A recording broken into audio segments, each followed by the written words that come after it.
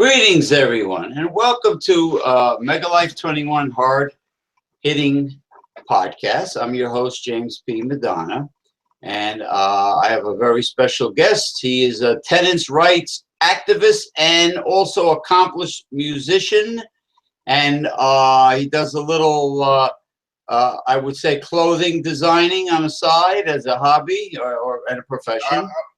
As a company now, we're big now. Yeah, and he also is very much tied into art. He's an outstanding guitarist, but that's not why he's here on this particular show. This is about where we want justice as tenants, and I am going to let the man of the show, the guest, Mr.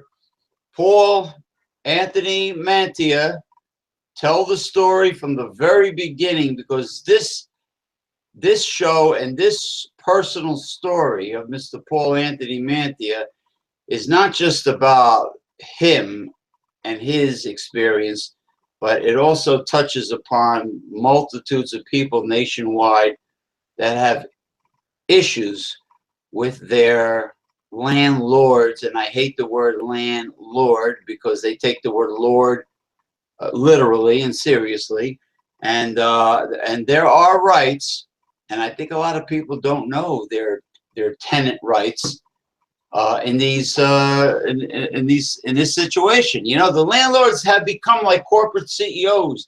They act like they're doing you a favor because they own it, and they seem to forget that you are paying to live there. You are handing over money to them, but because they own it, just like a corporate CEO or you know, person running a business thinks that they have you under their thumb, but that's not the case. Now, take it away, Paul Anthony Mantia. Yes. Okay. As he said, my name is Paul Anthony Mantia, and I am the owner of Northern Lights Tie-Dye Company, which is a very successful company in business, 5 years. Residing in New York back in October, where we lived for 3 years, and we decided we wanted to relocate the company to Florida because Florida is a great place to have fashions like this, and it's a place where fashions like this sell off the chain. Okay, you skyrocket when you put product like this out. Now we have to get to the main point of why we are here tonight. We wanted to move, like I said, and we wanted to relocate. We didn't have a vehicle. You know, a lot of people out there thought we were rich because we make all these beautiful fashions. We put out 250,000 products in the last 5 years, but not realizing that, you know, it's very hard to work in this economy. It's very hard to make money in this economy. It's very hard to do anything in this economy, especially when you got scumlords, okay, which we call scumlords, where I'm about to get into a story that's so deep that is probably going to spin your heads out there. We got on Craigslist. We know Craigslist is full of scams, but Craigslist is also connected with Zillow and other sites. You go to Zillow, you look for a house. We found a house on there. We knew nothing about Jacksonville, Florida. Research, we found out, you know, yeah, there's crime everywhere you go, okay? Our main thing was we wanted a home of our own, no roommates, privacy, where I could be able to work, having a nice backyard with a nice big garage, 1,200 square feet. And we found the house, and, you know, there was a listing in Craigslist. I then made a phone call to a person by the name of Jason Harin.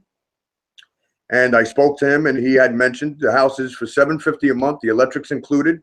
And it does have light cosmetic damage where only little holes in the world, like patchwork or nail holes or something like that. And my wife said, well, have him send pictures and video. He did do that. He sent me pictures, and it was exactly of what he was saying, little holes and stuff like that. And I said, okay, that's not a big deal. I said, yeah, we can work something out for the cosmetic damage. He goes, well, what I'll do is I'll cut the security deposit if you take care of the cosmetical damage in the house. I said, okay, no problem. We'll do that. I said, honestly, I'd rather just pay my security because I don't like to get into deals like this because there always ends up to be some kind of clause somewhere, you know? So we agreed on that. It was October 12th. I had PayPal'd him $350, and my move-in date was going to be on November 5th because I didn't have a vehicle, so I had to having a company, everybody out there knows what it takes when you have a company. What do you need to do? You have to change addresses. You have to change the tax numbers. You got to call the IRS. There is so much paperwork that's got to be done before relocating to another state. We did all that. That being said, we jumped on the bus November 4th and we headed out to Florida. All our stuff was already shipped out to the address. It cost us thousands of dollars to ship work. We had no furniture. We had clothing for customers that we shipped out there. It all arrived safely. You know, it was inside the house when I arrived. You know, Jason was cool in the beginning. He was a bad guy in the beginning, but when we arrived to the house the night of November 5th,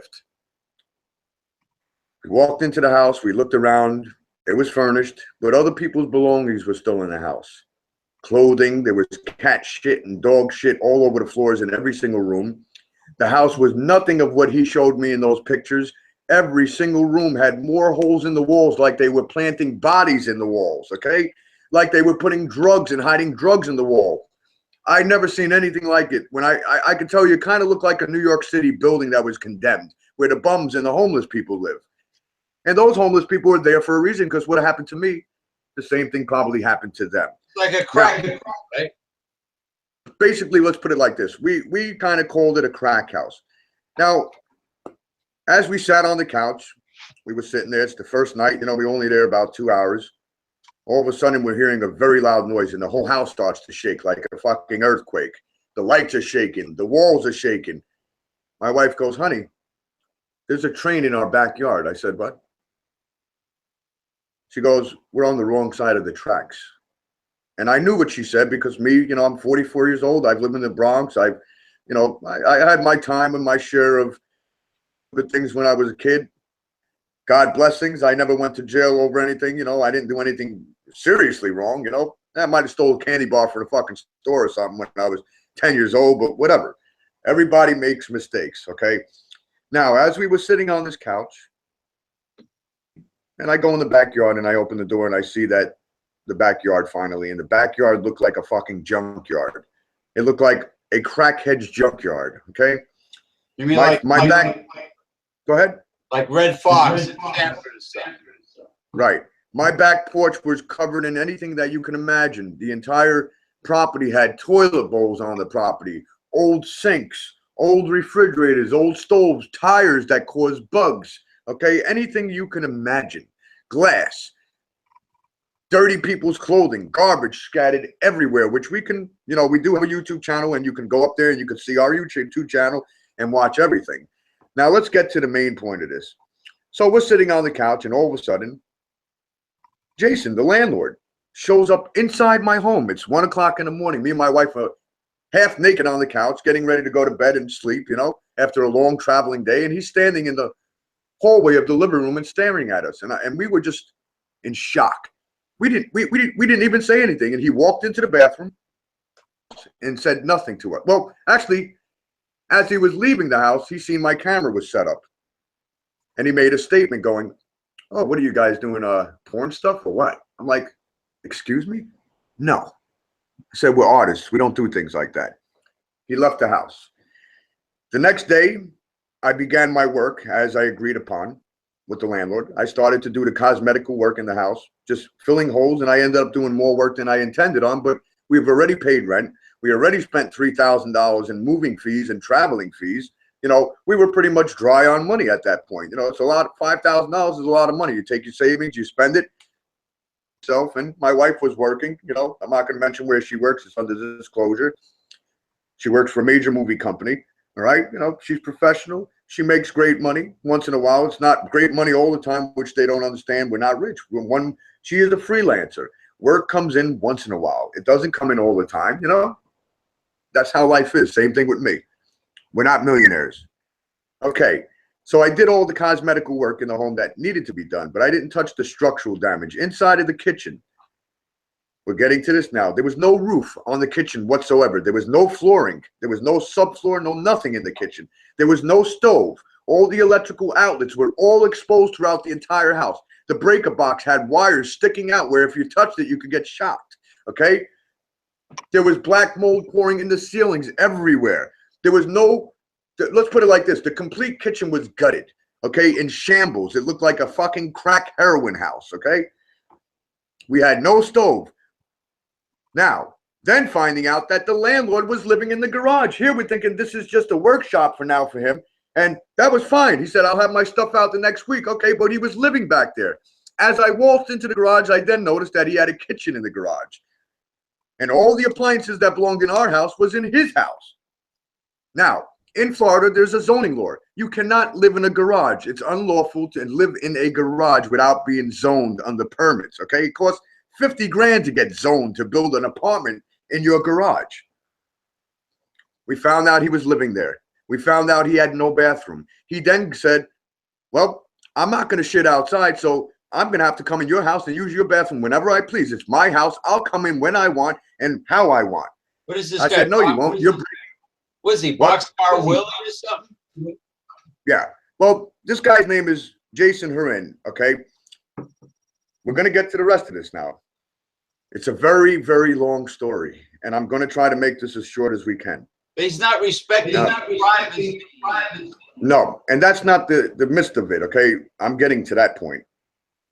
So the next day I was sleeping, and my wife was in the bathroom. She just got out of the shower, and I did hear a scream. I heard something, you know, and no, not that particular time. This is another time that I heard the scream. That morning, she was in the shower, and he had come in and walked into the shower on her, okay? Jeez. And then he walked out. He walked into the kitchen, I guess. I was sleeping now. She then was freaked out. She went into the kitchen. She didn't want to wake me up because she knew that if she woke me up, I would have killed him. And honestly, somebody being inside of your home in Florida, the cops will even tell you if somebody trespasses in your home, you have every right to shoot them, to beat the shit out of them, whatever you need to do. There's somebody in your home invading your privacy, breaking in. A landlord is not allowed to get in your home. That's where tenants get fucked all the time. And that's where I get pissed. And that includes when a tenant is not home, the landlord has no fucking right to be entering your apartment to be nosy and snoopy. Okay. Now here this landlord tells me he's the owner of the home, okay? And I'm believing that. There's nobody else involved. I own this place. Okay, fine. November 9th comes along. All of a sudden, I got an eviction notice on my door, and I'm reading it. I'm going, what the fuck is this? There's an eviction for Jason Hurin to vacate the property because he failed to pay rent? What happened to the $750 I just gave him? I didn't know there was another owner of the house. Evidently, Jason Hurin on September 9th in public records at this address, 6920 Park Circle, Jacksonville, Florida, 32208. Everybody's welcome to look that address up in public records. In that public record, it states on September 9th, Jason Hurin sold the property back to the owner of the home. Then the owner of the home leased the property back for him to sublet, which he failed to let us know he was subletting the property to us. That's not really a giant big deal, but the big deal about this is when it started to get ugly. Okay, and that's where we're going to get to now. Was Jason Hurin the one with all the connections in Jacksonville?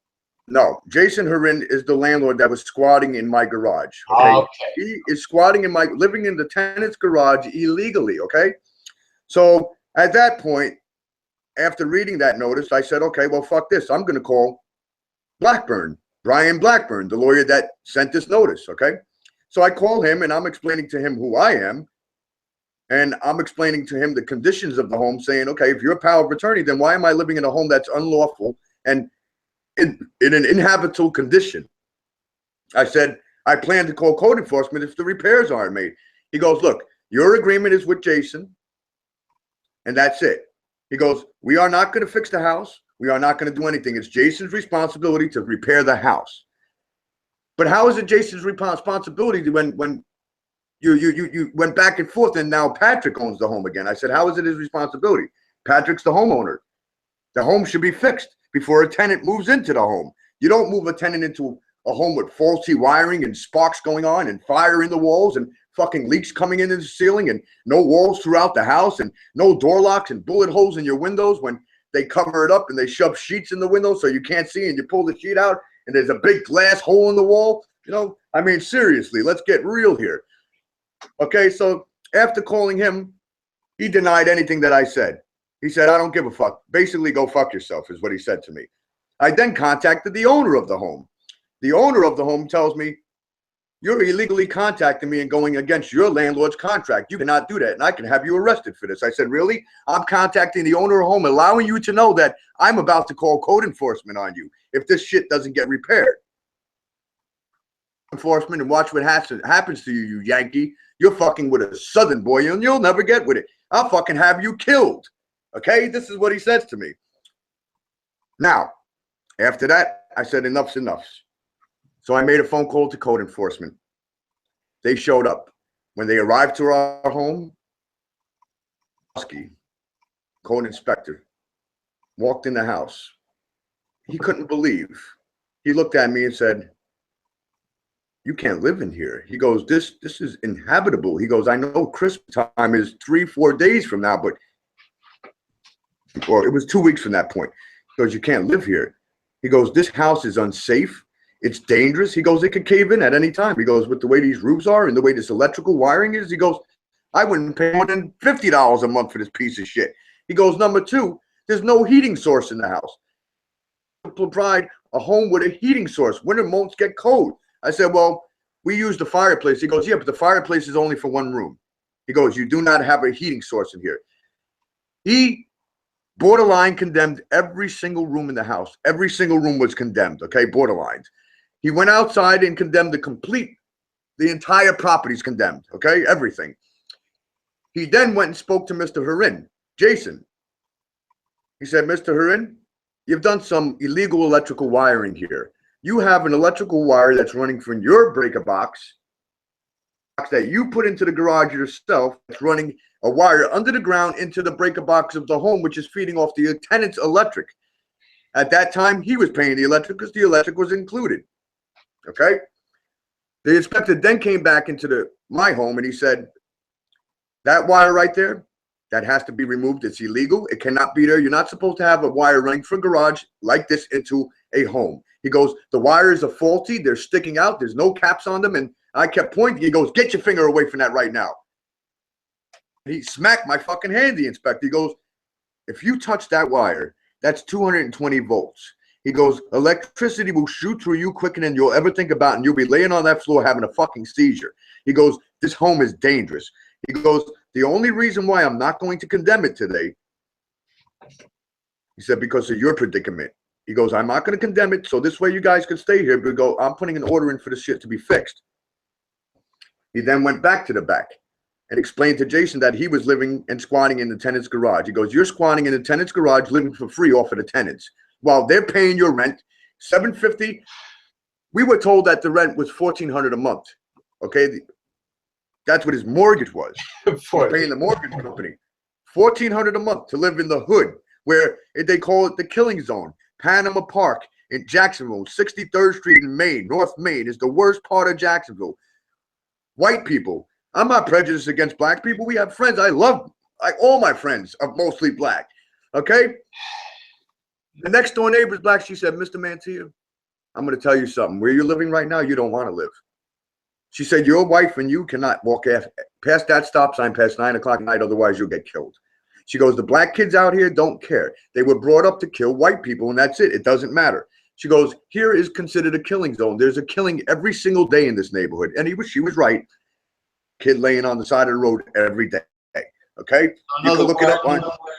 In other words, this is a particular section of Jacksonville. This does not reflect the entire city of Jacksonville, does it? It does reflect on the entire city of Jacksonville. Jacksonville is considered the #1. It was considered, now Chicago is, but it was considered the #1 murder capital of the nation. Okay. Why the fuck did the Jaguars? Why did they have a? I mean, if I was the owner of the Jacksonville Jaguars, I mean, where is the market that you have a professional team in an area that's like Camden, New Jersey, for God's sakes? You know, I mean, like a war zone. I mean, it's incredible they have a sport. It was a war zone, but we managed to stay inside, and we walked together everywhere we went. We were threatened a number of times in that neighborhood that if we walked on one side of the street that we would get shot. This is my territory. I got threatened by a 12-year-old boy holding a pistol. Okay, I've never owned a gun in my life. Never. I'm going to next week because I'm getting concealed. Well, you know, these everybody knows these kids get the firearms through the black market. That's why the gun control is ridiculous. Gun control laws are ridiculous because the criminals always get it through the black market. Hey man, you should have went to Fort Myers. I hear. No, we picked Jacksonville because we figured Jackson. We didn't know. They failed to mention a lot of things online. You can't find certain things, and I mean, he told us it was a safe neighborhood. You can leave your doors unlocked here. Yeah, okay, sure you can. Now let's get now. Mind that Jason was white, okay, and he's living in a complete black neighborhood, which is fine. Our neighbors loved us. We got along great with them. Yeah, but now let's get back to the story because it's very. Yeah. Yes, this is a very complex technical case. Okay. Now, we were at the point where I was explaining. Where was I now? Do you remember? You were explaining the neighborhood. Okay. Aside from the danger of the neighborhood, you have a dwelling which is loaded with violations left and right. Yeah. Exactly. So let's get to that. So uninhabitable. Yeah. Well, let's get back to the electrical wire. So code enforcement said to me to have that wire removed. You have 2 days. It was Tuesday. He said, you have till Thursday. If that wire is not removed, I'm sorry. You and your wife are going to have to vacate. Okay. And I looked at him and I said, okay, then I'll make a phone. I said, now as a tenant, do I have a right to do this? He goes, yes, you do. Because the dangerous hazardous condition that the landlord fails to correct, the tenant has every right to hire a licensed electrician, have them come in and fix that wire. And they also have a right to withhold rent, which we didn't try to do. We didn't want to do that. Okay. Well, what I did was after he had left, he let Jason know that he was going to be coming with the chief city supervisor to get him vacated out of there because he yelled at him. He said, you need to get the fuck out of here. You don't belong here. And you need to stop harassing the tenants. You need to stop going in their home unannounced. He goes, that's breaking and entering. You can go to jail for that. He goes, well, when the cops came here, they told me it was civil. Well, we did call the cops when he broke and entered. The cops did nothing. Okay. Now, after he broke and entered, I'm going to get back to something real quick here. I left Jason a message on Facebook. Now, mind this, everything was done on Facebook because I'm not stupid.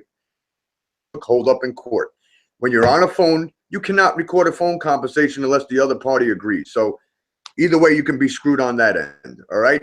So I did it this way through Facebook messages because I knew I can use this in the courtroom.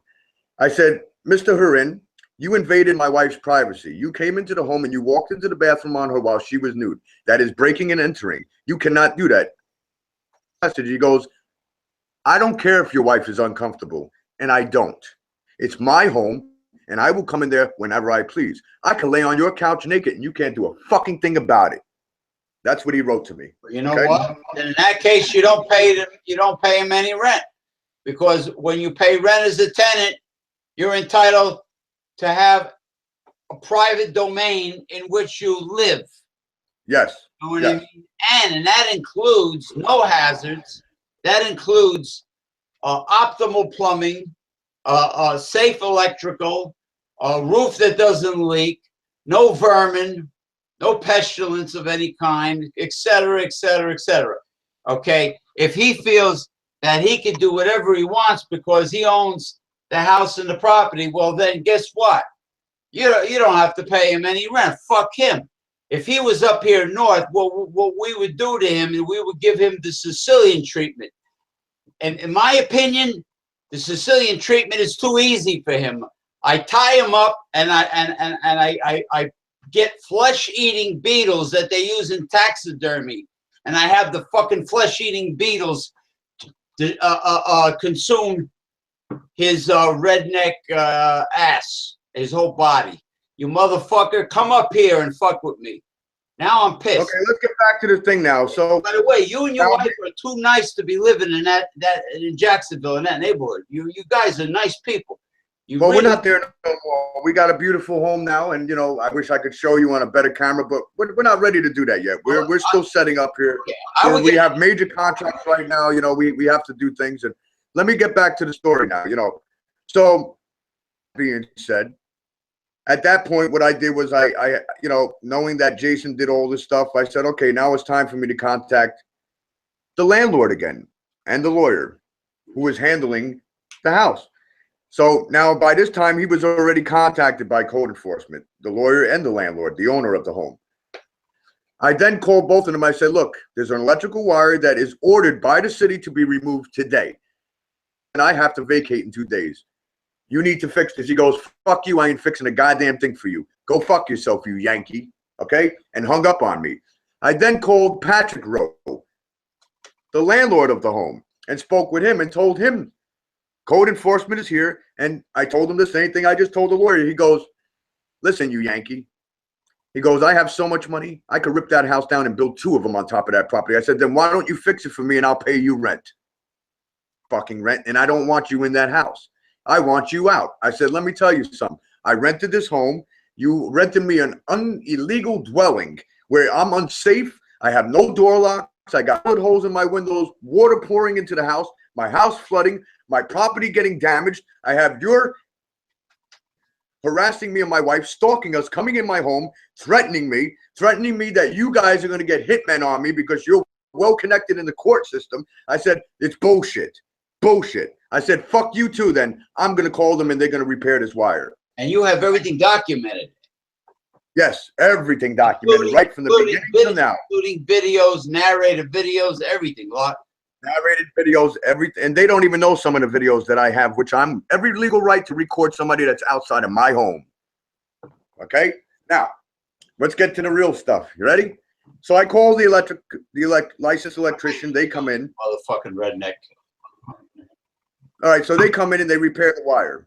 It cost me $180. I gave them a $20 tip because they also installed a brand new breaker box door. Okay. Now what they did was they disconnected the wire from my breaker box that was running to his garage, and all they did was cap that wire off. They did not pull the wire. Box done. I then went in and I also sealed it up with sheetrock because there were no coverings. You could see all the wires running through the walls. He said that also has to be covered. I did that. I called the inspector the next day. He showed back up. He passed the inspection for me. He goes, you passed. Okay. I was also required to do a thing what they call a safety check. And the safety check cost $1,500. I was not going to spend that kind of money to have a safety check, because what would have happened was in a safety check, the electric company comes out to the house and they shut all the electric off.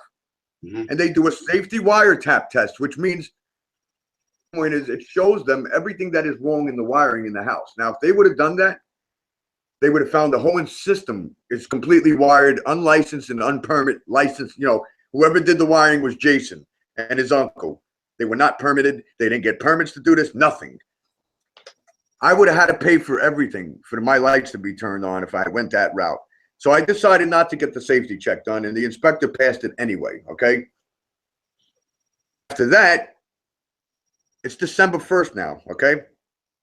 We're going to go back a little bit.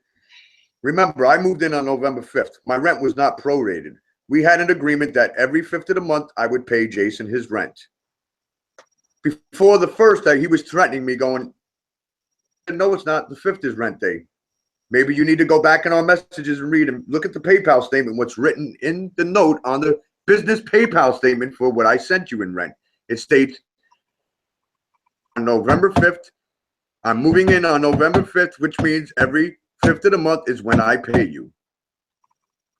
He put an eviction notice on my door on December 1st because he owed money for rent, because he failed to pay the rent money that I gave him the month before to the landlord. And he failed to pay him again that month. And I said, I'm not going to give my money to this guy. He's not even paying the rent thing. He's going to get evicted, and we all get evicted out of here because he sublet the property to me. So guess what? We all get evicted. So I continue with the case, and I was to stay in close contact with code enforcement, and,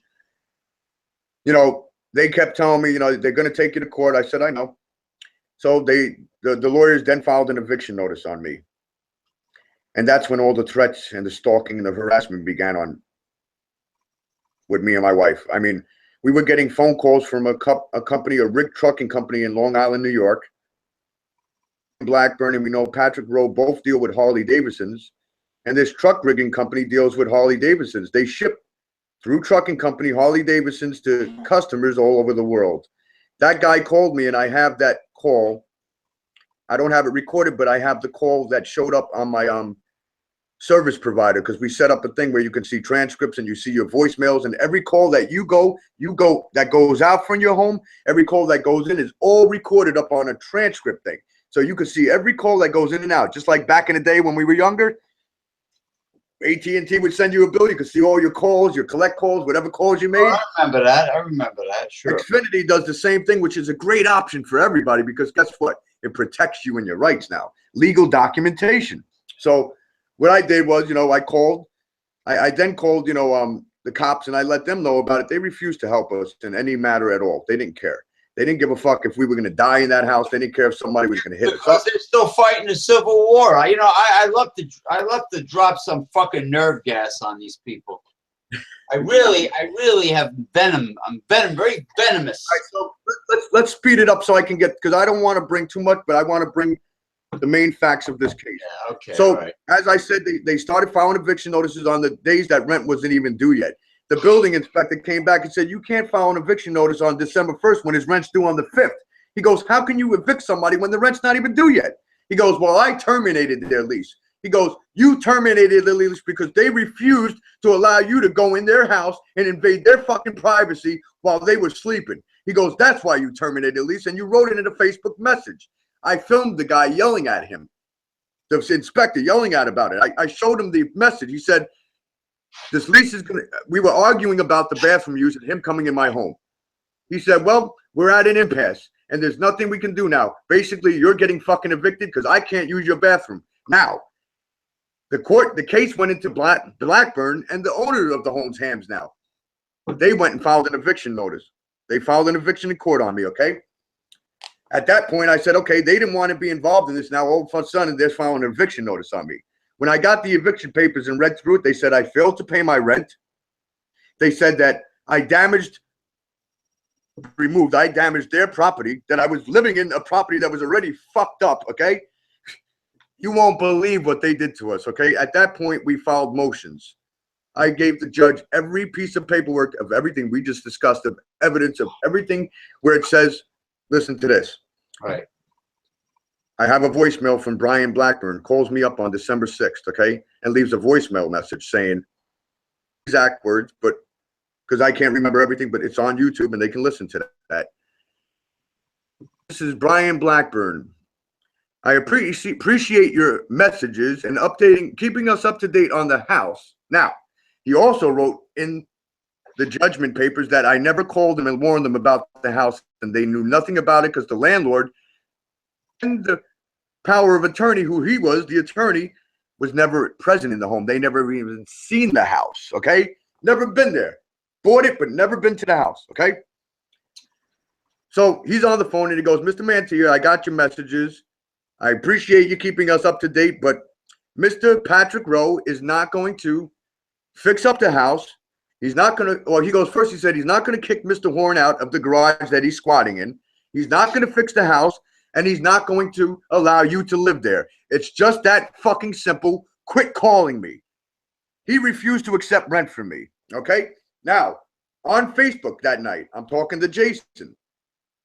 I said, I'll pay you the rent, but I refuse to sign that bogus-ass lease that you just provided me a month after I've been here. I said, the lease doesn't even pertain to Florida. I said, it's a lease from another state.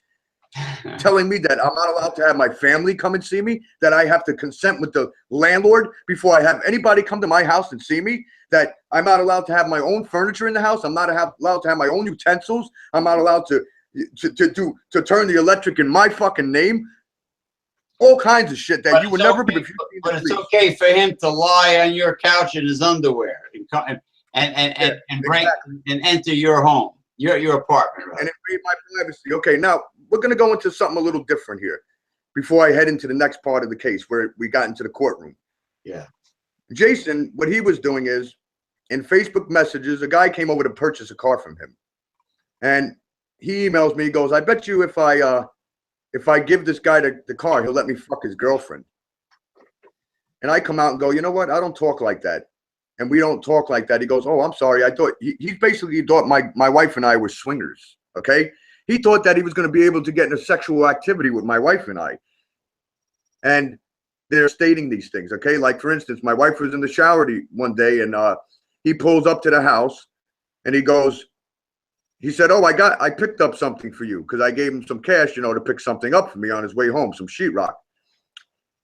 And I go, well, my wife's in the shower. I said, I heard you pulling in. He goes, yeah, it's better that you didn't hear me pull out of her. Oh, the guys telling me. The guys.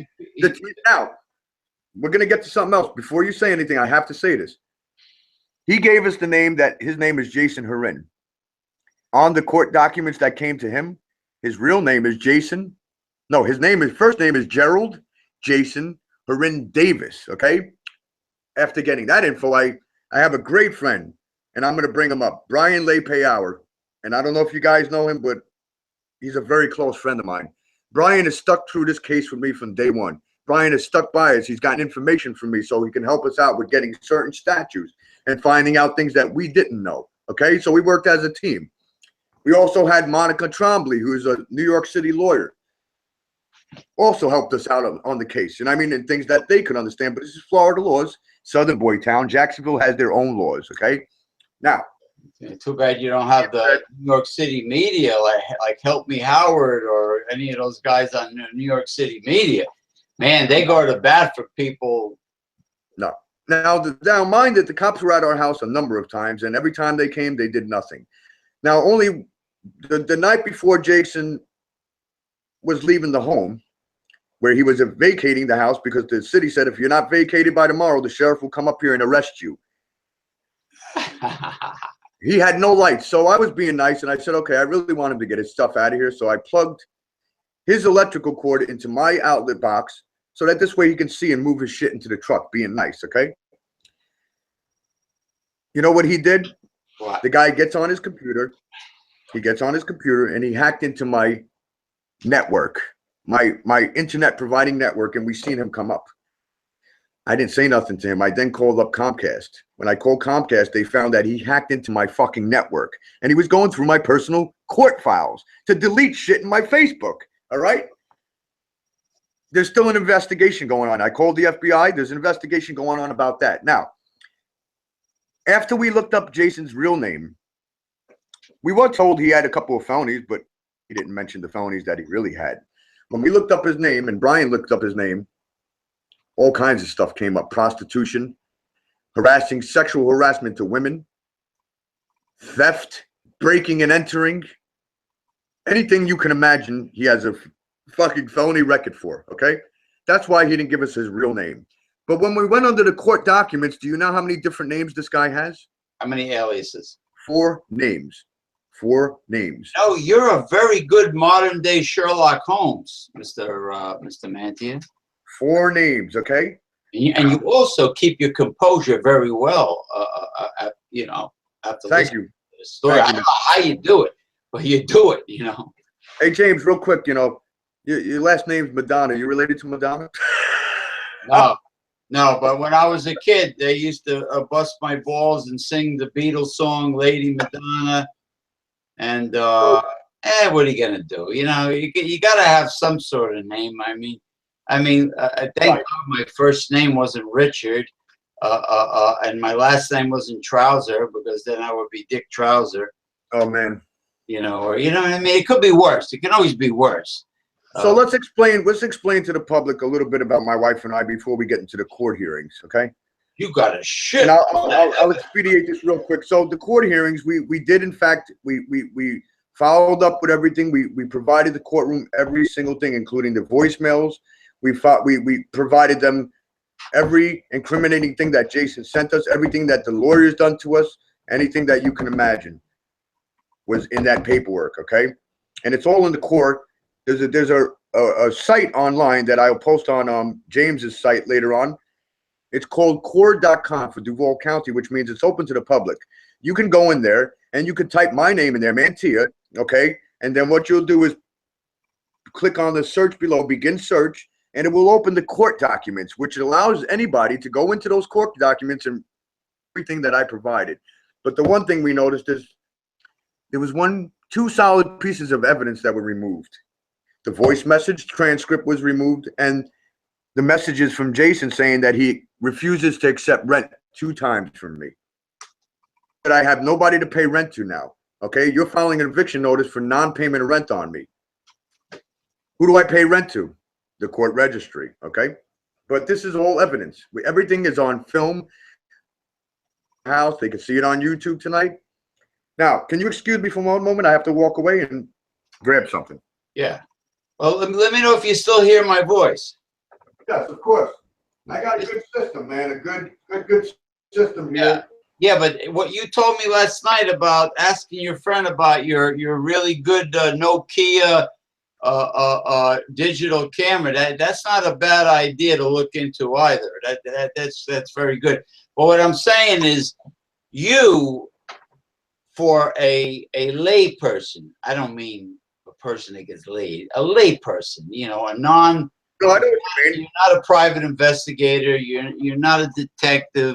You're not an attorney. But what you've done is incredible. I mean, I'm extremely impressed. Let me stop you on that point right there. I don't mean to cut in, but you mentioned something very valuable there. My wife and I called every single lawyer in the city of Jacksonville, okay? And every single one of them turned our case down, even offering them $3,000 in retainer fees. They turned me down. You know what they said to me? I don't want to fight against Brian Blackburn. He's crooked, and I won't fight against him. I'm sorry. They said, Mr. Mantia, the best thing you can do is walk away. I'm like, I'm not going to walk away. I said, I'm not going to walk away, and I'm not going to get shit on like the rest of the tenants that lived here got shit on. I said, I am going to fight this cocksucker until he has fucking blood dripping out of his goddamn face from the shit he's done to me and my wife. I have one word to say, one word, and that one word is Tallahassee. And yes. And I think you should sue the entire city of jerk-offs and Jerk-Offville. I mean Jacksonville. You should sue the entire city, including this piece of shit. He is a bona fide, without a doubt, scum of the earth.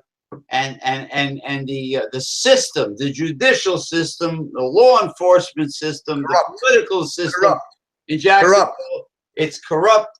It's crony capitalism. It is crony politics at its worst.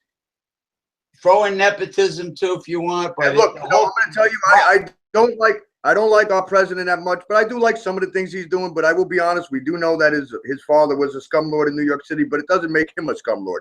And I'm going to take this case so damn far that Washington is going to hear about it, because when I'm done, protesters, I plan to get in the streets of Jacksonville. I'm going to talk to every damn homeless person on the streets, and I'm going to get a class act lawsuit filed against you, Jacksonville. You, I'm coming for you with the law. Yeah, but and that's it. Is it possible? I have to. Is it possible when you feel in your heart that you've gathered 100% of all the evidence and data that you need?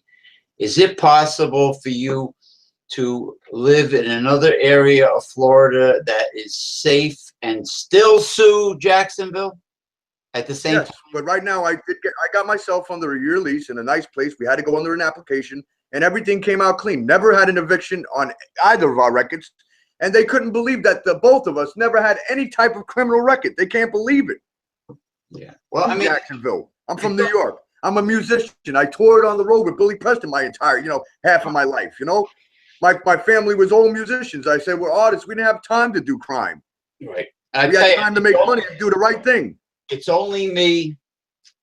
Don't take it. It's not written in stone. Don't take it to gospel. But if it was me, I would get an original Soviet Russian automatic AK-47, and I would say, motherfuckers, you don't like Yankee, you don't like white man, a Yankee white man, well, guess what? I'm going to empty out some clips and fuck. Yeah, well, that's to me, it's not the right way to go about things, because violence, I'm against violence, okay? Yeah, but I just like what Ricardo Montalban said in The Wrath of Khan, that revenge is a dish that is best served cold. But if you want to do it through the legal system, you know, and you want all this information to go nationwide and viral, where every single individual in the United States that's ever had a negative tenant landlord relationship issue that would really dig your personal story, I'm telling you. Well, let me explain something to you about the law. The lawyers in this town, they don't even know half of the statutes, okay? They're fucking idiots. For me and my wife to they're rebels. For me and my wife to handle a case like this together, okay? We don't come from dumb families. My wife members that is a lawyer. She has family members that are scientists with PhDs, okay? I have lawyers in my family. Yeah. But they, you know, there's different laws. You know, there's different type of lawyers. They deal with different things. Not all lawyers deal with the same. But do you believe there's not one tenant lawyer in Jacksonville? Not one tenant lawyer here. Nobody. And another thing, you're New York City streetwise. Exactly. And I know what they're playing, and I know the games. But let me get into something a little more minds. Okay. So I hope y'all. I hope everybody on this TV network here is ready for what I'm about to say. These people are inbreds. Are you ready? I'm ready. I'm ready, brother. I'm gonna. Now, Brian Blackburn has a very long history. His family's been in the judicial system for 50 years now. He had told me something on the phone that really made me scared. Okay. And I don't get scared very easy. He said, "Listen, I'm going to tell you something. My grandmother, or I don't know if it's his grandmother, but he said my family member, June C. Blackburn, and remember that name, June, June C. Blackburn, was a Duval County judge. And you will never win this case. It doesn't matter if you're right or not. And it doesn't matter if I send a hitman on you, you'll never win. It don't matter. You're not going to win. It don't matter. So you might as well give up, Mr. Mantia." Rigged. It's nepotism. And Brian and Monica, well, not Monica, but Brian LePower went into the court records and he looked it up, and it did in fact show that June C. Blackburn is now a lawyer on Mr. Blackburn's team, which means that you have connections in the judicial system. Okay. Now we're going to get to the court case. The rigged system, man. It's a rigged system. Right. Nepotism. We're getting to the end of the chapter of the house now. So here it is. It was January 6th. Okay. Right. And that night it started pouring rain in Jackson. We hardly get rain there. It poured, man, all night long. And it poured inside my house, and I filmed everything. And the next morning when I woke up, the lights were flickering. The kitchen light exploded. The fluorescent light exploded. The ceiling caved in. The water was coming all through our house in every fucking area you can imagine. So at that point, I'm going, okay, honey, I have to find a hotel. We can't live here no more. I got into in-town suites, $1,600 a month. I said, okay, we're going to have to, you know, take the hit. I said, baby, we got $2,500 in the bank right now. I know we both worked hard for this money, but, you know, I said, honey, we got to do it. And it hurts. And she was crying. And she's going, you know what? We never get a break. We work our asses off. We support the community out there. We give children with autism free clothing. We help out people with cancer. We support the entire nation out there. We support people for all their causes, and we try to join hands, and we try to be, you know, rational and be blessed by the Lord. You know, I've always learned, don't do unto others that they do unto you. With the violence thing, I don't get involved with the violence. I'm not going to shoot anybody. I'm not that type of person. I'm a Libra. I'm an artist. Okay. Now, let me explain something. Yeah. Okay. I'm trying to express my feelings to YouTube and everybody out there on the network, on the TV networks. In my heart, I would never speak like this live, but my wife and I have done a lot for people in New York. Okay.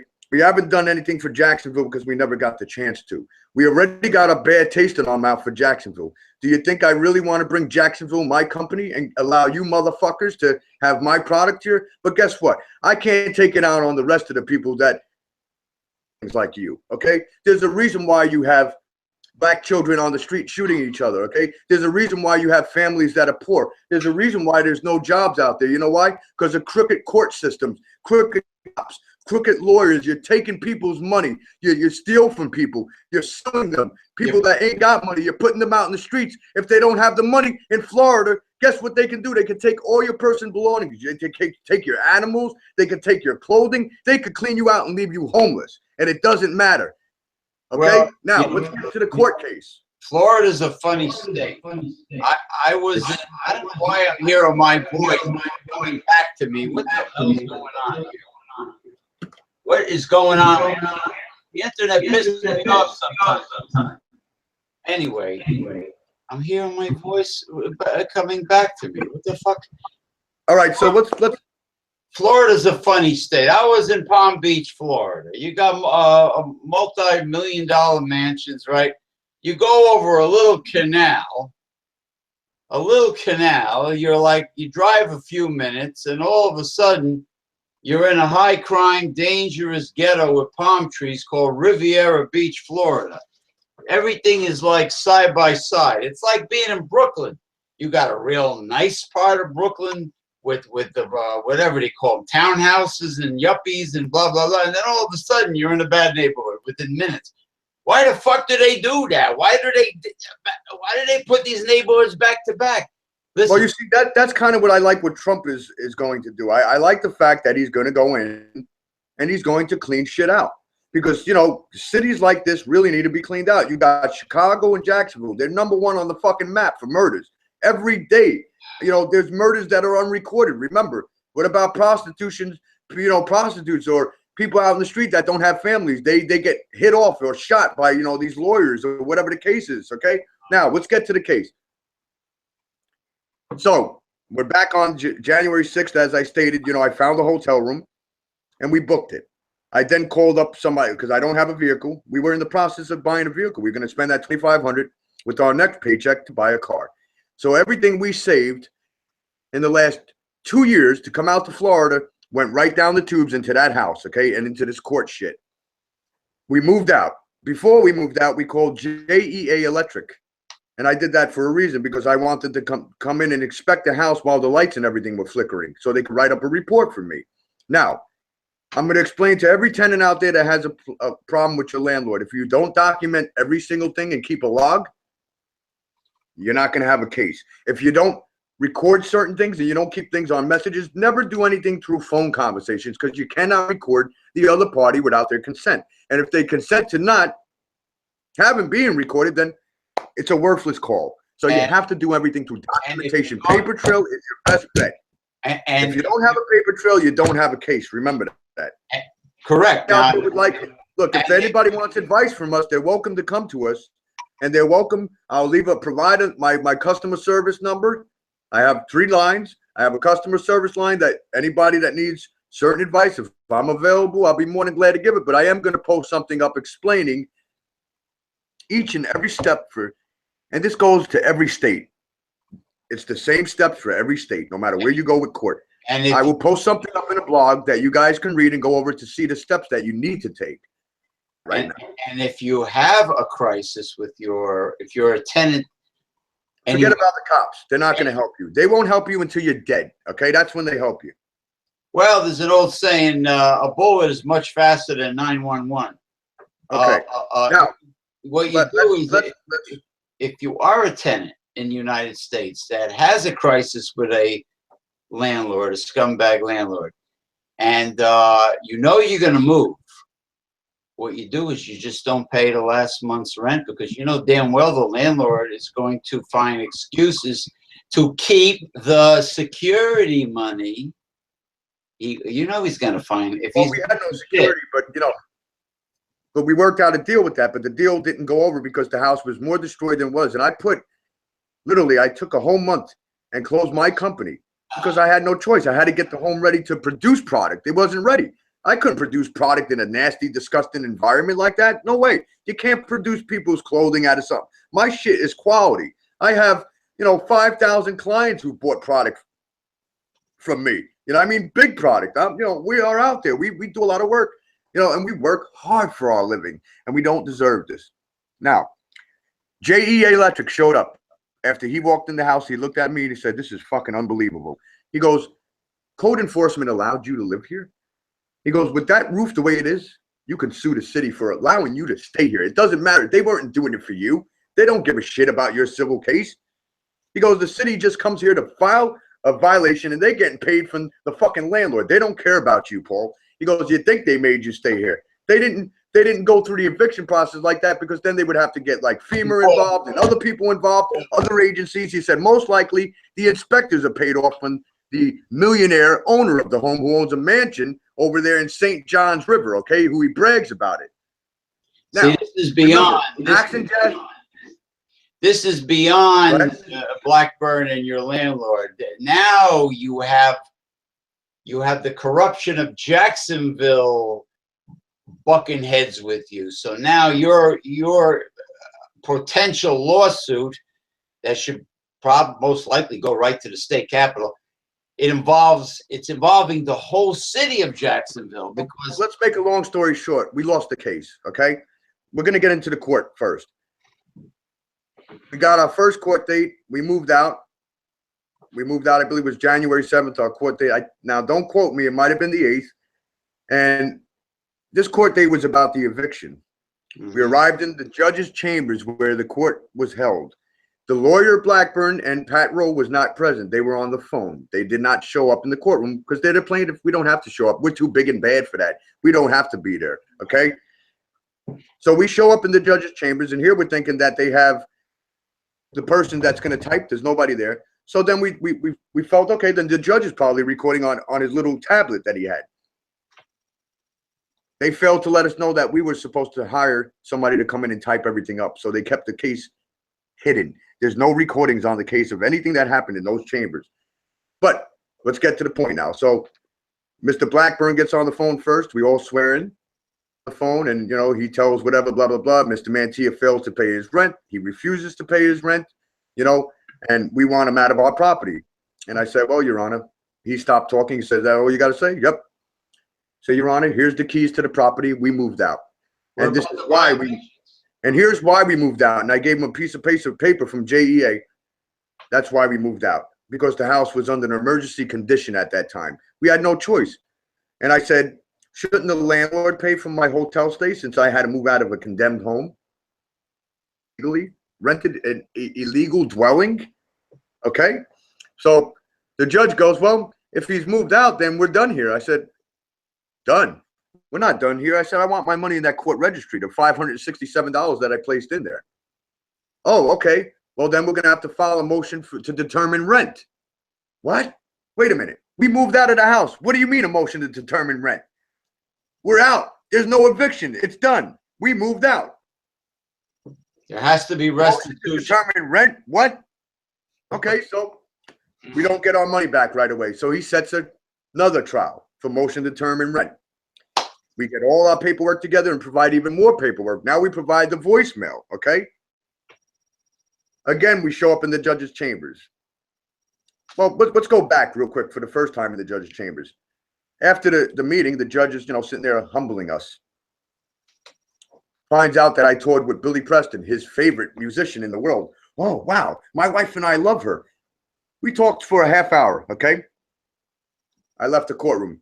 I didn't think nothing of it. My wife already knew that the judge was playing that card. Oh, I'm going to be nice to them and make them think I'm on their side. But I'm really not on your side.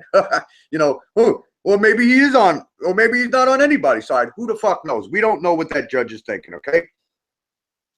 Go up for the second court hearing. Motion to determine rent. That's when all the paperwork arises. But guess what? We rebutted the judge 3 times. Your Honor, can we please let you listen to this voice recording we have? Nope, that's not irrelevant to this case. I said, Your Honor, it explains everything about us leaving the messages about the house. I said, it explains them refusing my rent, them refusing to fix the home, and them refusing to kick Mr. Harin out. I said, and another thing, Mr. Harin should be in this courtroom. I said, he's the one that rented me the home. The judge goes, well, you'll have to file a court case against him. I'm like, no. He should be here now because he's the one that caused all this. Okay, so that being said, now the next step was the judge is going to take time to do a motion to determine rent. He goes, now, if you don't like my decision, then you can appeal it. That's what he says to me. And we walk out, okay? So now we're waiting for the motion to determine rent to see what's going to happen with that. All right, so we didn't get anything in the mail, and we didn't get things, but we got another court hearing. We didn't know that was the final trial. It said hearing in the court documents. It didn't say final trial. It didn't say tenant has the right to do this. They could subpoena people. It didn't say nothing. We were not knowledge that we were going to the final trial that day. Okay. Trial. Brian Blackburn. Now, what I'm going to get into is very serious here. Now, remember when earlier I mentioned the house was furnished? Yeah. Okay. Now, we came in on a bus. Remember that. You can't take furniture on the bus, and to ship a full house of furniture by mail would cost you about $5,000. The only things we shipped here was our artwork and our clothing and my black lights. That's it. My materials to make the product. Like I said, it costs about $2,200 to do that. All right. Now, the furniture belonged to Mr. Harin and his brother, Jacob Harin, who used to live in the house. He left all his stuff there. Okay. Now, when we got into the courtroom, the lawyer goes, there was furniture left in the house, and we had to pay $1,200 to have that furniture removed. That furniture belonged to Mr. Mantia. I said, really? So I let him key. He kept talking, and you can't interrupt when they're talking. Okay. Now, you know, we got into that conversation, and he's talking about it, saying how the furniture was left and the house was in shambles, and that it's my responsibility to have that furniture moved out. Well, all that furniture was, he claimed that the furniture was there. He showed pictures to the judge. Okay, now remember what I'm saying. The lawyer and the owner of the home said the furniture was still in the house when he got there, and he showed pictures of the furniture in the house. Okay, now I didn't know that was going to be brought up that day because I didn't know that was the final trial. Okay, and I didn't know that was the last day I could submit anything. The night before that, Jacob Harin messaged me, who is Jason's brother, saying he spoke to the owner of the house, and when the owner arrived to the house, there was nothing in the house. Everything was gone, all his furniture. Okay. Mm-hmm. He threatens to press charges on me. Then his brother Jason messages my wife, stating, "You stole my furniture. I have called." He called Patrick and Brian, and it's confirmed that there was no furniture left in that house. Okay, I got this in Facebook messages, 3 different messages. He threatens to go press charges on me. Then my wife answers him back and goes, we didn't leave. We left everything in that house, and we're in a fucking hotel room where we would put that pissy, shitty smelling furniture. Like we would want that crap after it's been rained on? Come on. He goes, oh, okay, well, then he goes, well, I have the couch. You want to buy the couch for me for $100? Didn't you just say that the furniture was all gone out of that house? Now, we're in court. We're going back to the court. Here I got a message. Jason and his brother telling me everything that Patrick and the Brian Blackburn called them and told them there was nothing in the house when they got there. Here we are in court. He's showing the judge pictures of the furniture in the house when he got there and having to have it cleaned out. Okay. This is all in the court judgment.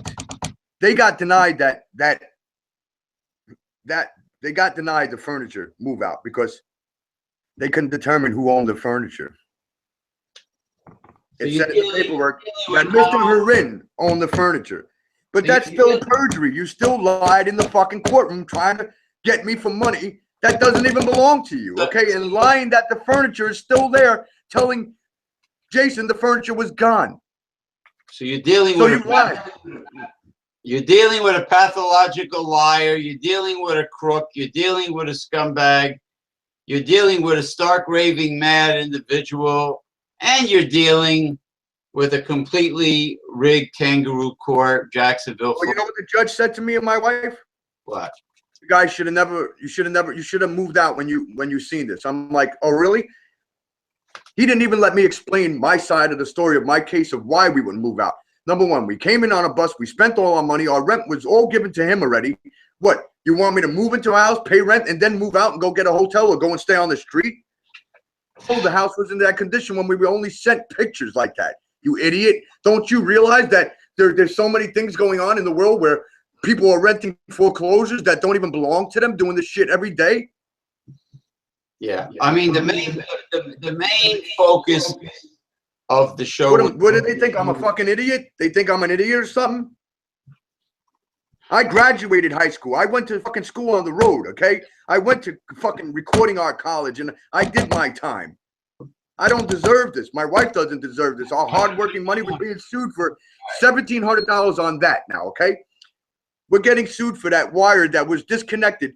Now we have to repair all the electrical wiring in the house and damages that the roof, everything is getting repaired by our money, okay? We were sued, all right? So, but let me get to the point now. So the end of that court case, all that stuff's brought up. But things like this came up in the courtroom. The judge said, we have a missing link here. I said, yes, we do, Jason Harin. Well, Your Honor, you have every right to subpoena that man into court, don't you? Why didn't you do that? Because the reason why you didn't do that, because this court case was already planned out before we even arrived. A court case not getting recorded? Really? Not allowing the tenants to know that we have every right to record the court case with our tab? We didn't know that. They didn't let us know any of that, okay? Now, I'm not done yet. We're getting to the real serious part now, okay, where the threats start. That court case, Brian Blackburn and Raul, they showed up for the third hearing because that was the final judgment trial. The judge, at the end of the thing, he looked at Brian and he goes, you've been in practice for 50 years now. He turned and looked at me and Ashley and goes, you guys did a word called excellency on this case. He goes, you did a great job on this case. I'll email my decision to you when I'm ready. And that was it. We walked out of the courtroom and Brian Blackburn has a cane. He's kind of old looking, but I think he's a bullshit artist with that cane. And how you walking with a cane when you ride a fucking Harley Davidson? Well, he does it for sympathy. Now let's talk about before I get into this, Brian Blackbird's family. Brother, I don't know if it's his brother or his dad or whatever. There's a guy by the name of Anthony Blackburn who is now going to jail. He's a criminal justice lawyer. He sexually harassed, I don't know if he raped his clients, female clients, in jail, in a room, an interrogation room where you go in and you talk to your clients. He shut the lights out and sexually harassed these women, okay? His family member is going to jail for this. That shows you corruption right there, okay? It doesn't have nothing to do with but Blackburn has been vigilant things.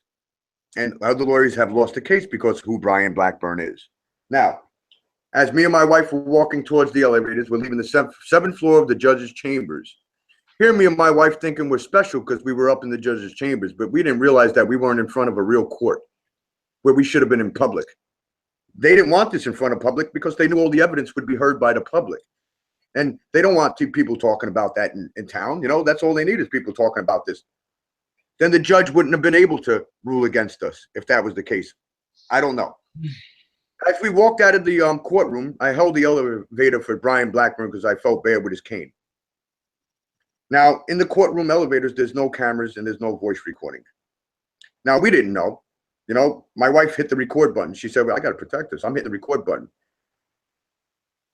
The landlord, the owner, didn't really say a word in the courtroom. He didn't say anything, okay, at all. When we got into the elevator, this is what he came out and said, and this is recorded, okay? And I want everybody in the world out there, me and my wife, you guys have this information, okay? We were threatened to be hit. We were threatened by them that they would send hit guys and gangsters after us, okay? Jacksonville is full of gangsters. We were threatened with a PLC gang or something, or PYC. I looked them up. They're little kids. They're not badasses. I'm not really worried about it. This is what he said to me. And this is what I said to him. I said, you know, me and you, Brian, we should get together and take Jason to court for this because he's the one that owes you this money. He's the one that did all this. Brian really didn't say much. He just kind of like laughed and shook his head, you know. Yeah, like, yeah. Then Patrick Rowe, the owner of the house, came out and said, let me tell you something. You're a Yankee living in a Southern boy's backyard, and you're going to learn a lesson. Okay, now the elevator doors are open. We're getting into the lobby area. He goes, have you ever heard of Jimmy Hoffa? He goes, Jimmy Hoffa disappeared. He was killed by gangsters. What are you saying to me by saying that? I don't know who Jimmy Hoffa is until I looked it up, okay? Now we're in the courtroom lobby. Everything's timed and dated on that voice recording what time we came out of that elevator. The threat's on there. The cops tell me if I try to utilize that, I can go to jail because I recorded a third party. But guess what? I recorded him coming out of a courtroom. I'm recording a conversation going on between us, which I have every right to do, I believe, in court. We're still in court. We're in a public building. If the court can record me, why can't I record something going on in an elevator? What if somebody got raped and killed in the elevator? Then what? You can't prove it? Now, my wife and I are walking together through the lobby, and here comes Patrick Rowe. Walks up to my wife, and me, I walk away from him. I walked up to an officer. This is all on surveillance now. And I'm trying to get the officer to come over and say, listen, this guy's over there harassing my wife. We just got out of a court case. They're the plaintiffs, and they're harassing her. And they were sitting, and she was sitting there being humble for a reason. She's being humble so that this way, let him keep saying whatever he's saying. He goes, listen, Miss Carterman, if you need help getting away from him, me, Paul, you could call my lawyer. He'll help you get away from him.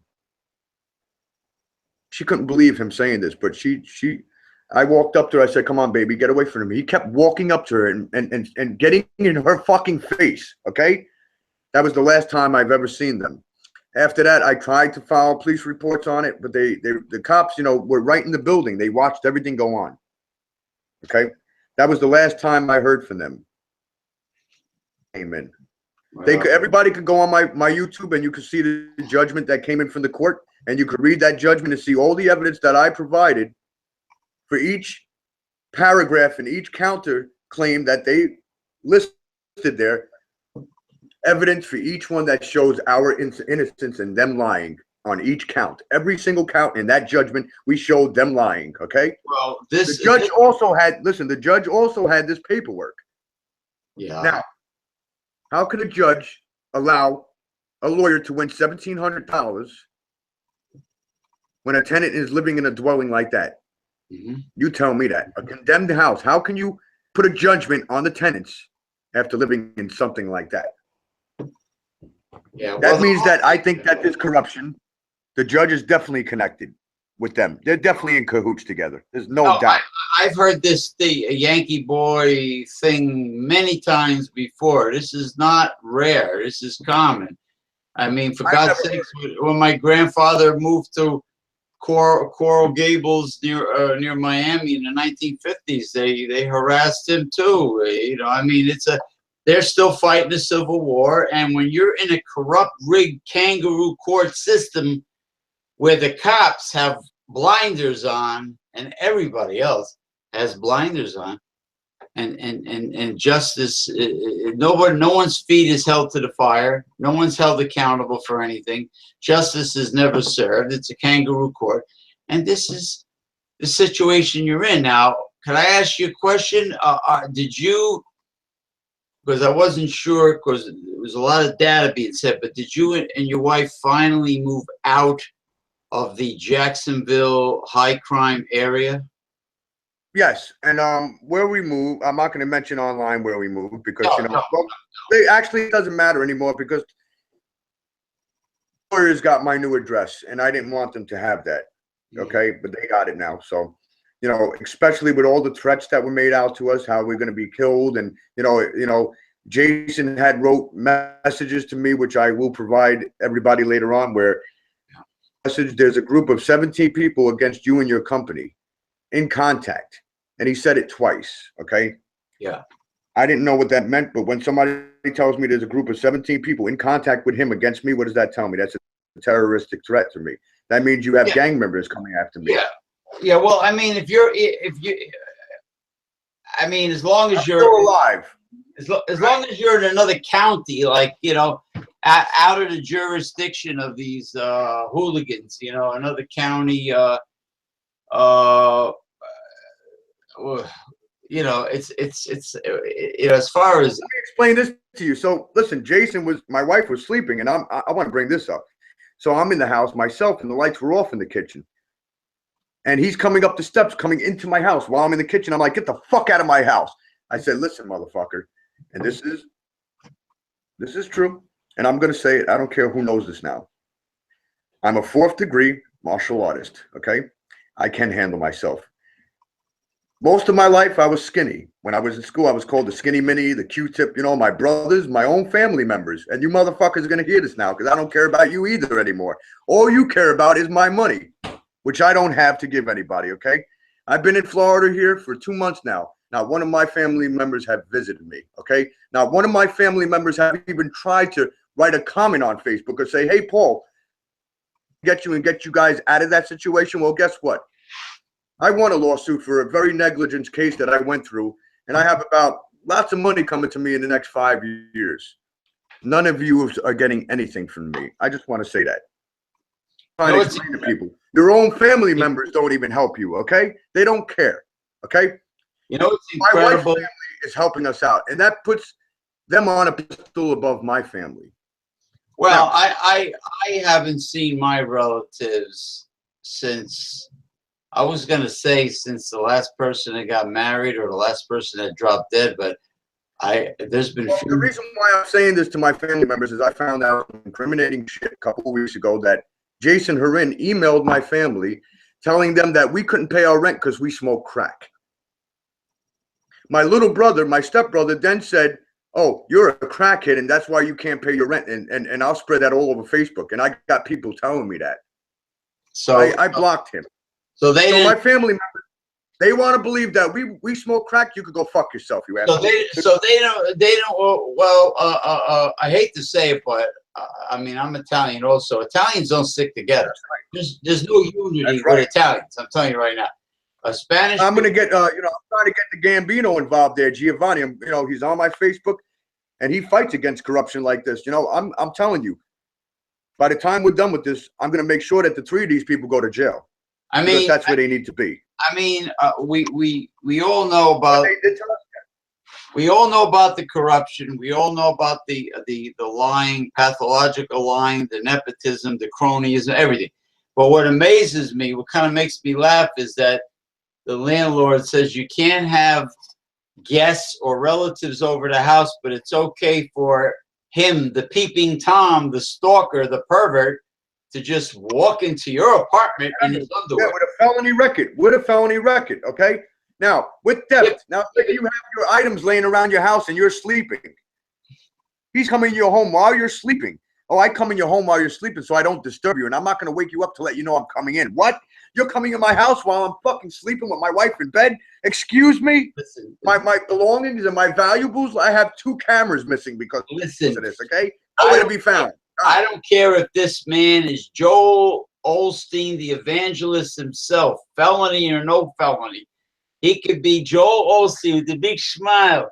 He still has no right to just walk into your apartment at all under any circumstances. Once you rent an apartment, that's it. And yeah, you have a right to blow his ass away. Yeah, but I didn't because I don't believe in violence. But to be honest, today I went and me and my wife are going to go and fill out the form for a concealed weapon, because at this point we do fear our lives because they know our address.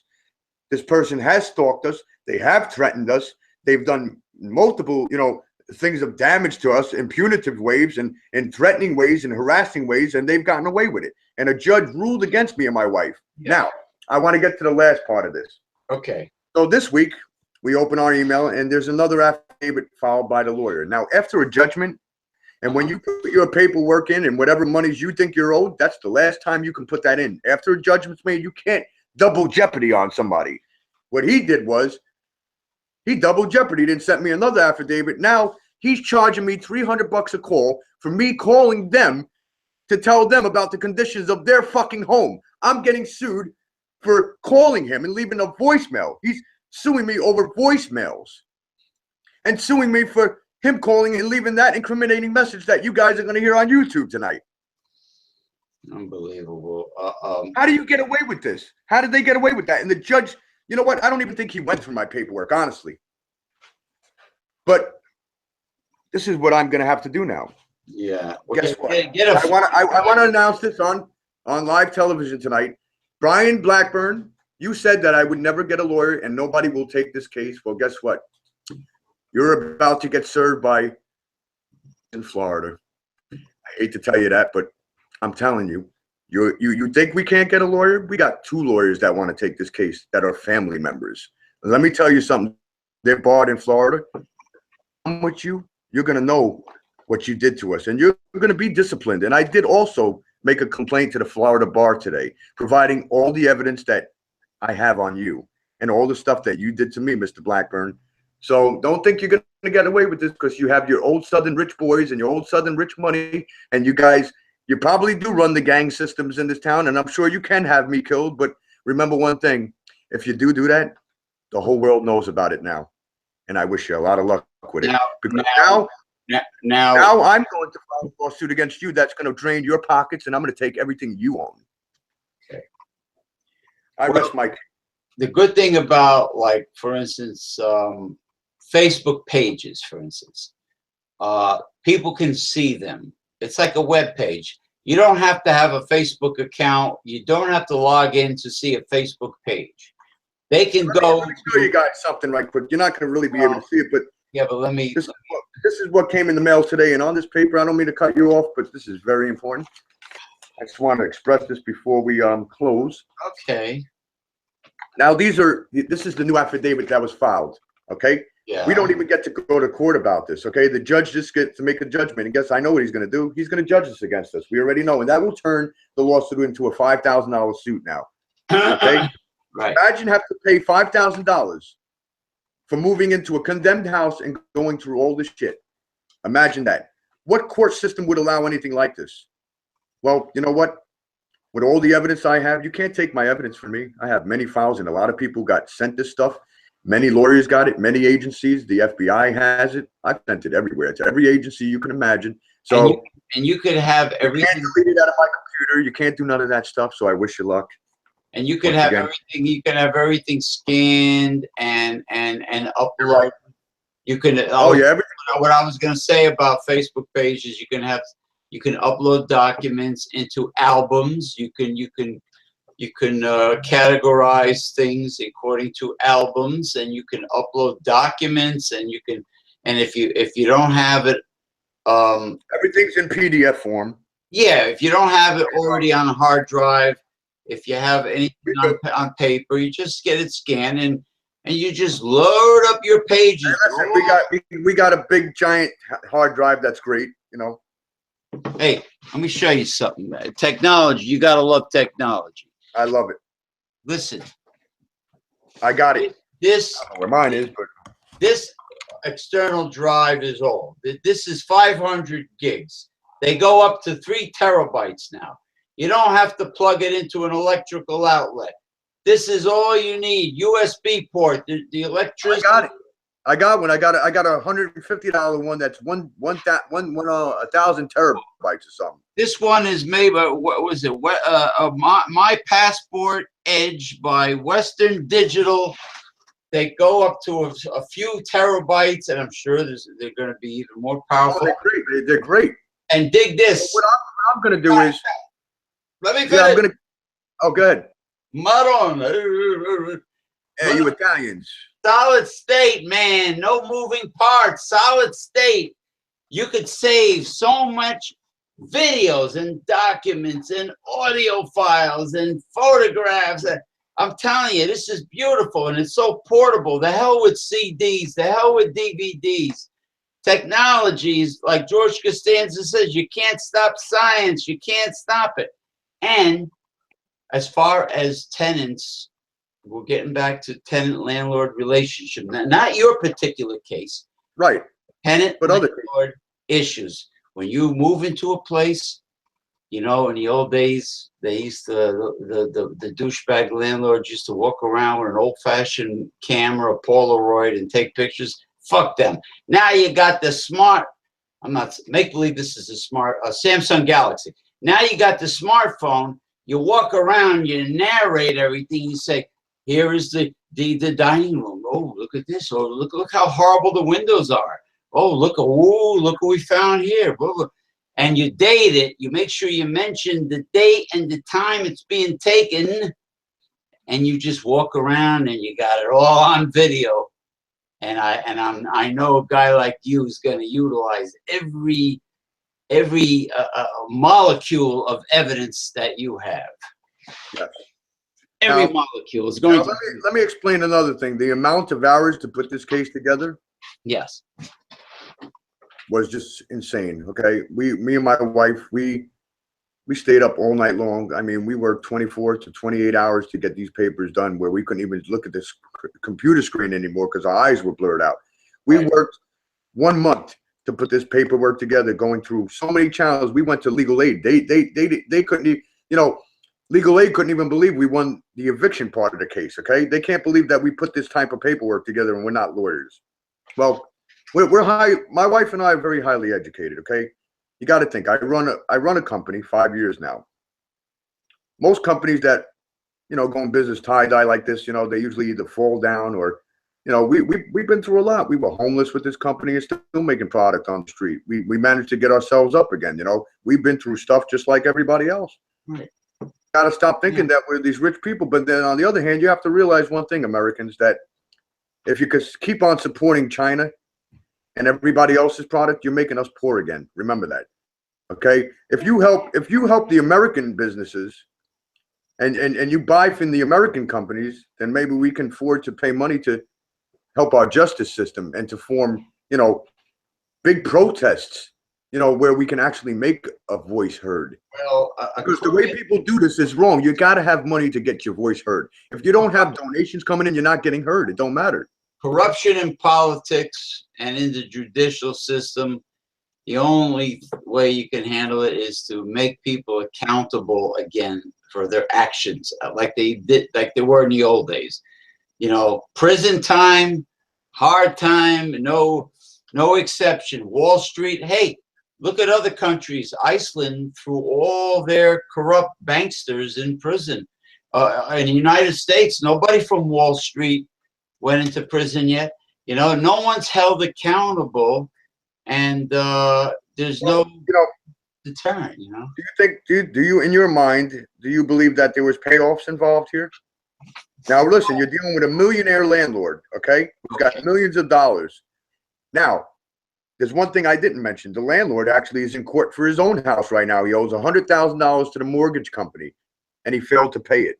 So what does that mean? The landlord's going after people for money right now. Anybody he can get money out of, he's going to get it out of because he's got to pay his own fucking debt. He's like Donald Trump. He doesn't want to use his own money. He stiffs. Yeah, he don't want to use his own money. He wants to use my money to pay his debt.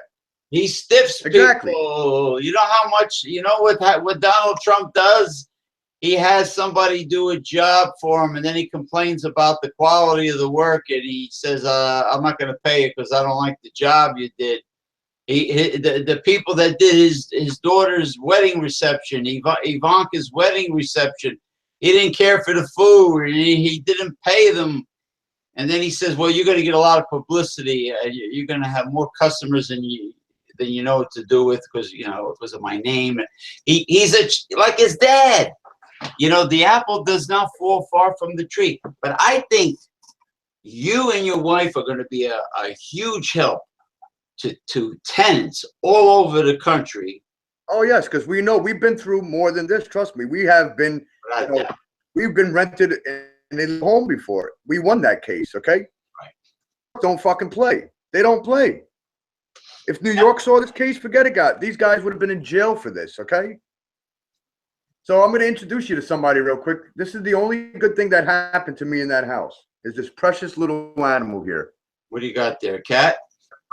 We found this cat was in the house when we arrived. Okay, I don't know what it was doing there, but she was a little kitten, probably the size of, I'll say 3 weeks old. So it was abandoned.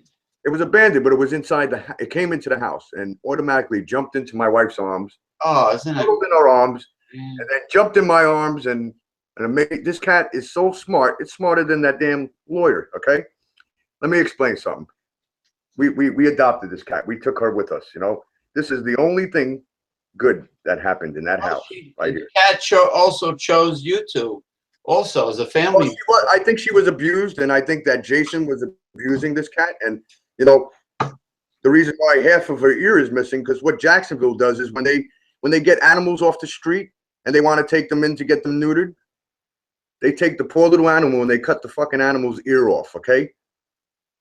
How would you like to have your fucking ear cut off? Should I give you shots and cut your fucking ear off too? I like to have those those rednecks. This poor little thing here that doesn't do anything wrong to anybody. You're gonna cut a fucking ear off? Oh, because we want you to know that she's neutered? Go fuck yourself. Hey, why did they take why did they take Rottweilers and Dobermans and cut the entire, and pit bulls and cut the entire tail off or some of the ears? I have no idea why they do that to animals, but anyway, cats are a good sense of, animals are a good sense of good people. They know good people when they're around them, and she loves us. I mean, we took this cat and we took care of her. We got the fleas gone, man. We spent money to take care of her. Okay. Yeah, well, she looks like a real cute. You know, I'm an animal lover, and I didn't know your wife was there. Otherwise, I would have minded my P's and Q's, and I would. All right, I'll bring my wife. You know, maybe she'll come in for a minute. I don't know. You know, I'll be right back. Give me a second. Yeah. No, what I mean is, I didn't know I would have controlled my language and everything. You know, and I wouldn't have gotten ferocious. All right. Well, you know, my wife is she is with SAG-AFTRA, and she is an actress, and you know, an actress has to be ready on camera before she gets on. So give her a couple of minutes. She's gonna put some makeup on or whatever she's doing. All righty. Okay. Now, what primary web page do you want to push that would direct everybody to all your other pages and groups? Do you have a primary page you want to talk about?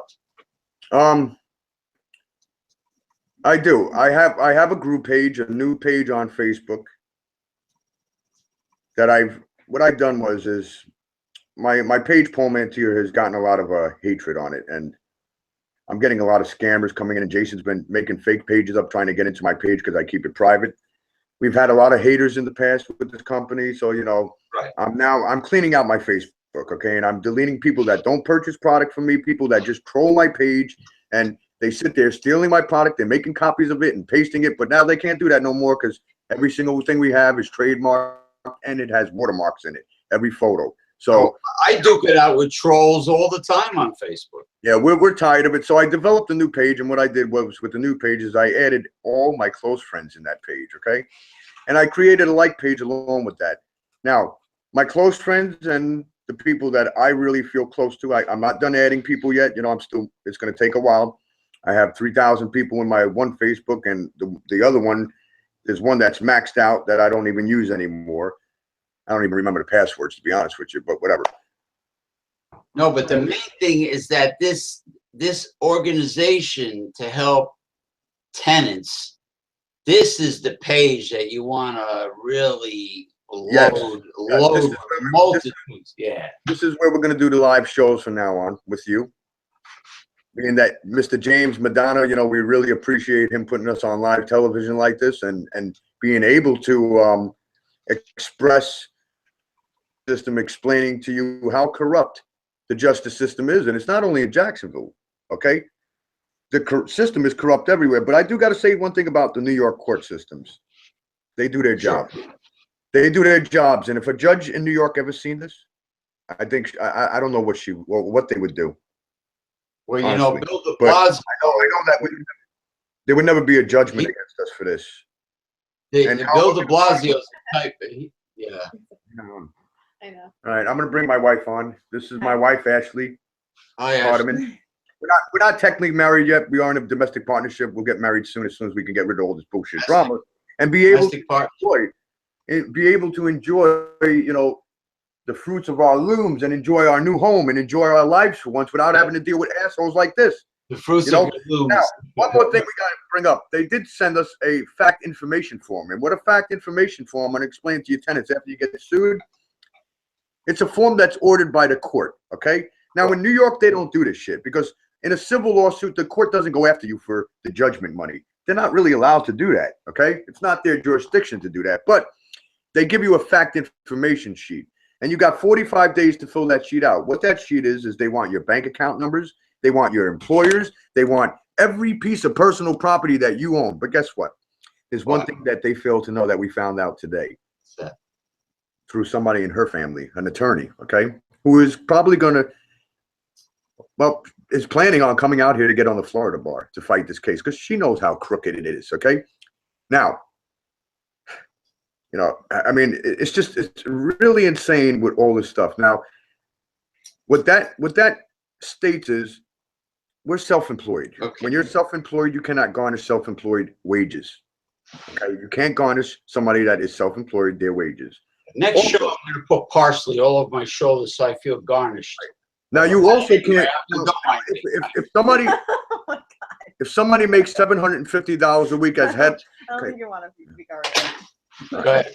All right. So if somebody makes $750 a week, Does Blackburn sound like Foghorn Leghorn?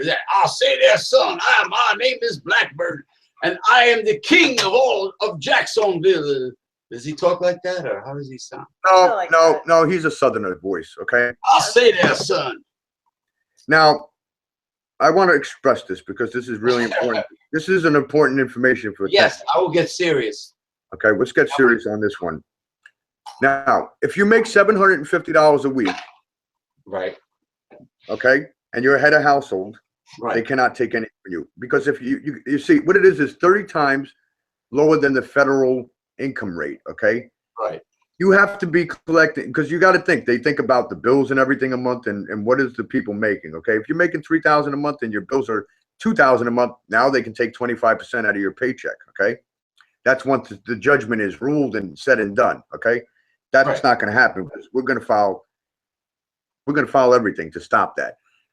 But either way he looks at it, I don't own anything. The only thing I own is the clothes that are on my back and the products that I work, and they're dyes. What are they going to do with dyes? You're going to take mixed dyes that I mixed and you're going to go mix them up, and what are you going to dye? Your own shirts? I wish you luck. No, they're I gonna make don't have any assets or any bank accounts or not even a car, nothing that is worth money. So you know what? Yes. You just fought a case, lied about a case, thinking you were going to get money out of me. I have no money for you to get out of me. Good luck with that one. And I'm going to tell you another thing, Mr. Blackburn. I promise that I will see you because we're not going to civil court with this. We're taking you to the Supreme Court. I'm going to file a court case and be the plaintiff this time.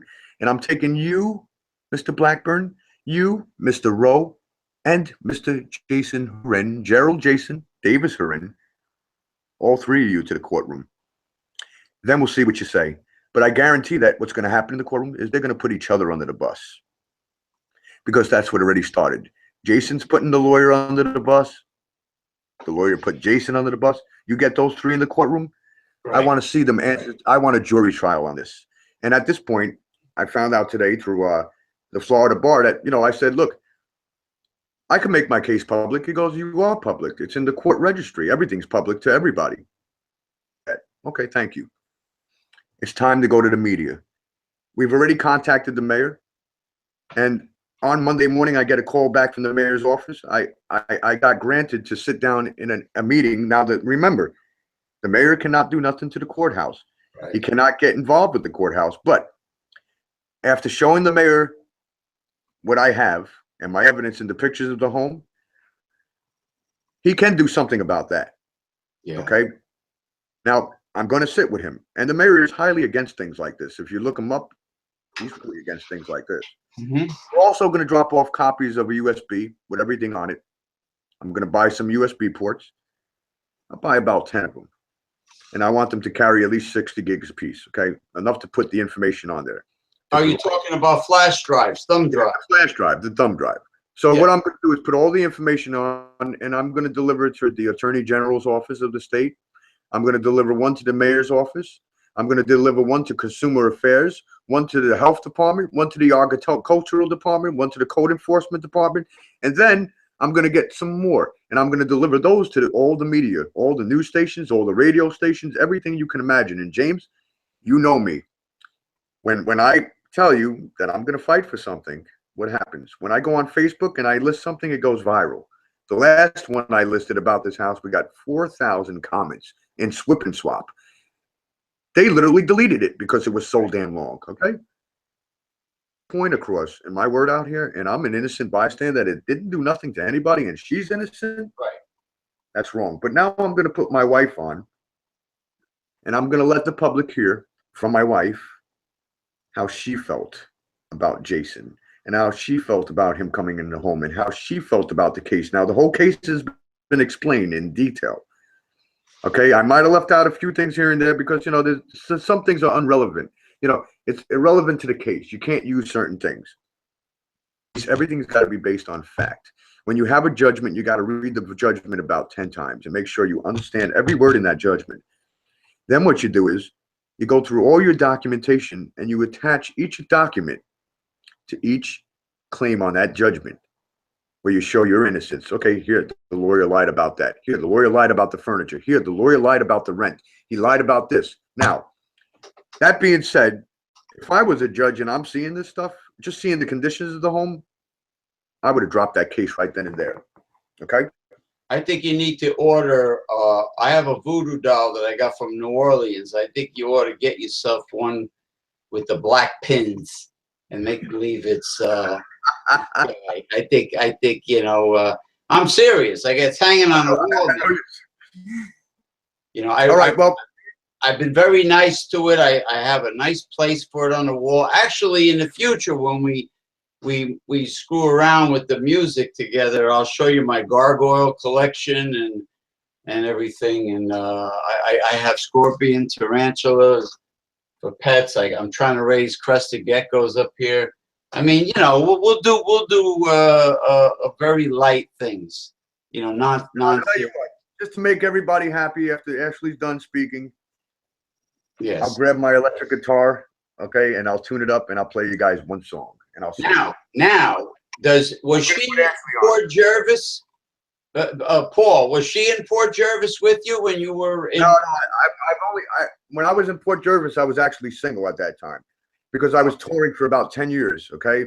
And when I was in Port Jervis, that's when I was on, I forget what tour we were on, actually. It's when they put me on Jimmy Kimmel. I don't know if you remember that. Yeah.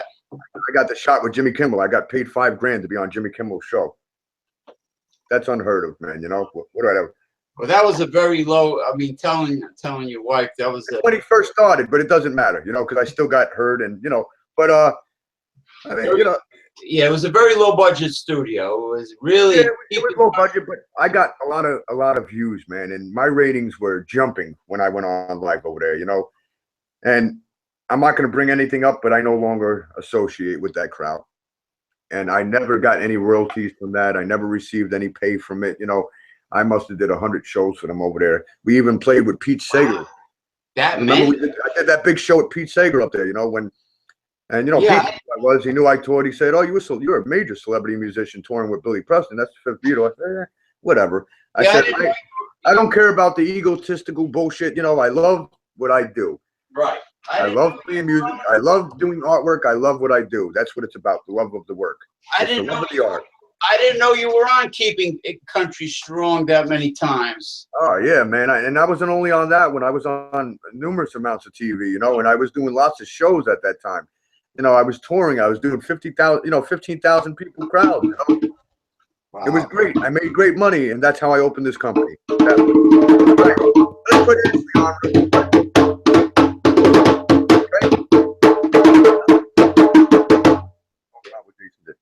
I want her to express her feelings on how she felt with what Jason did invading her privacy. So I'm going to step off the stage for a minute.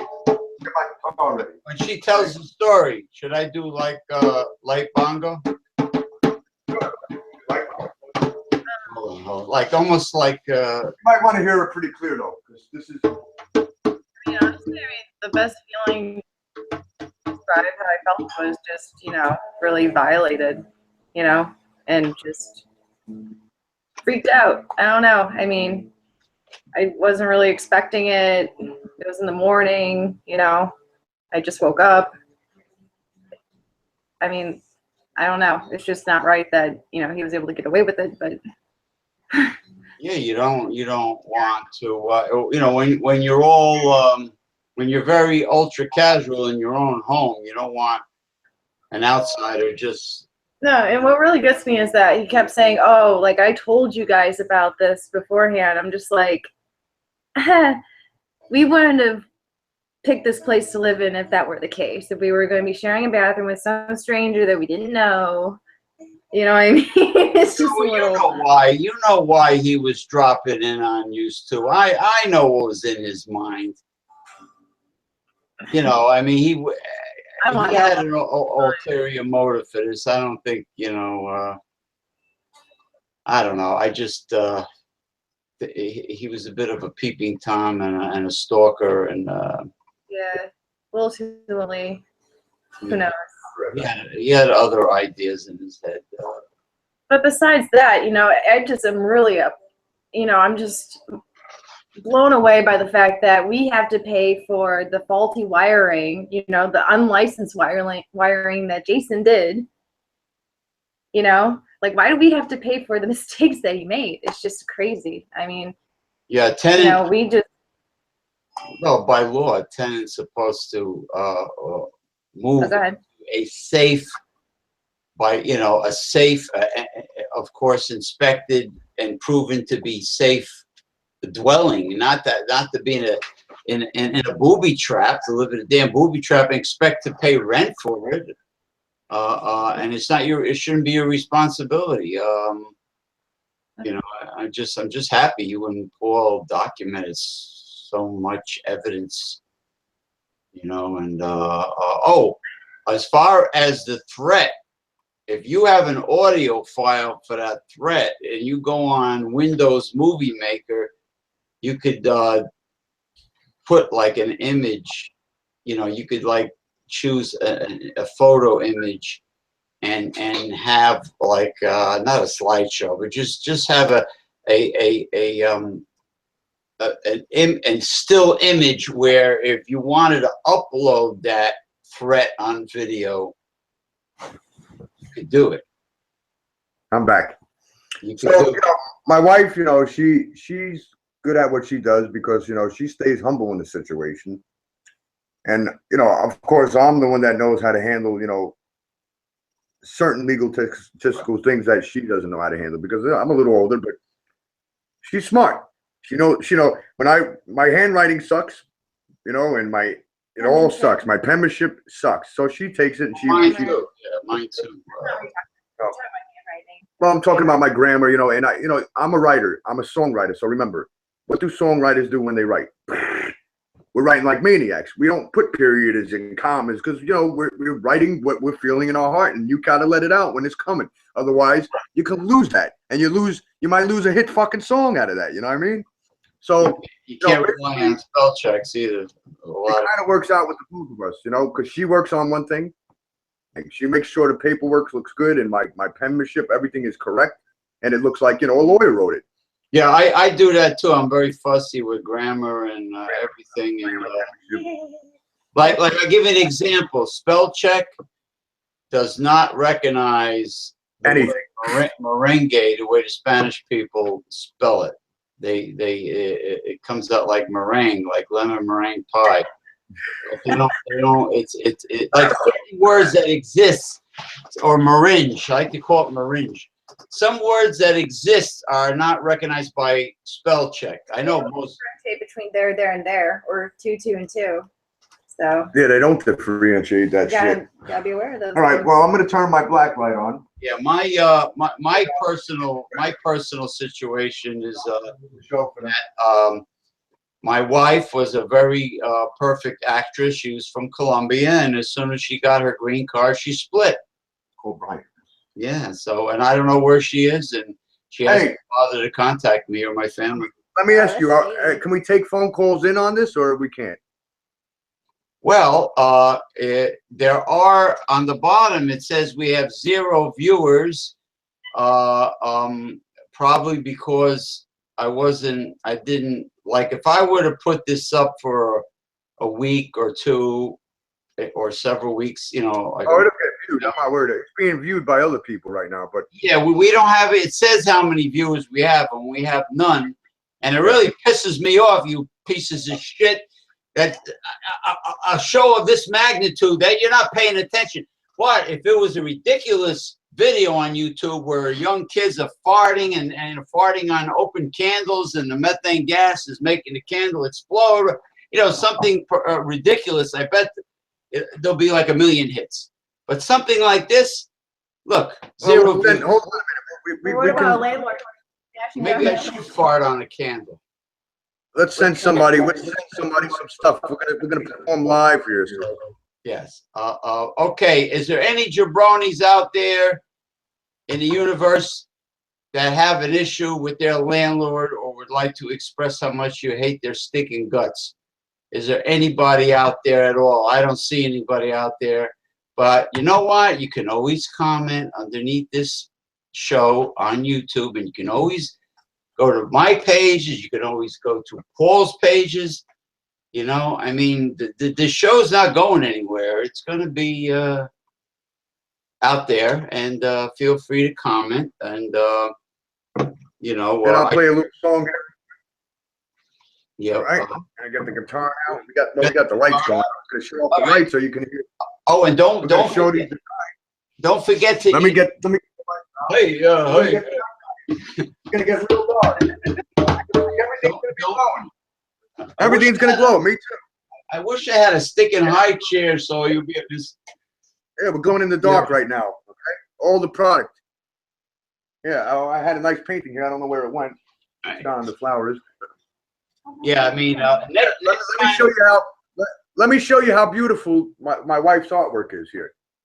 The black light. I don't know if you could see it, but this is glowing in the dark right now. You see that? How beautiful that looks? Yeah, very nice. I told Paul that we're gonna start doing live shows next week. I always go to all the artworks when the weather gets nice. I think the artworks are great because there's a lot of music there too.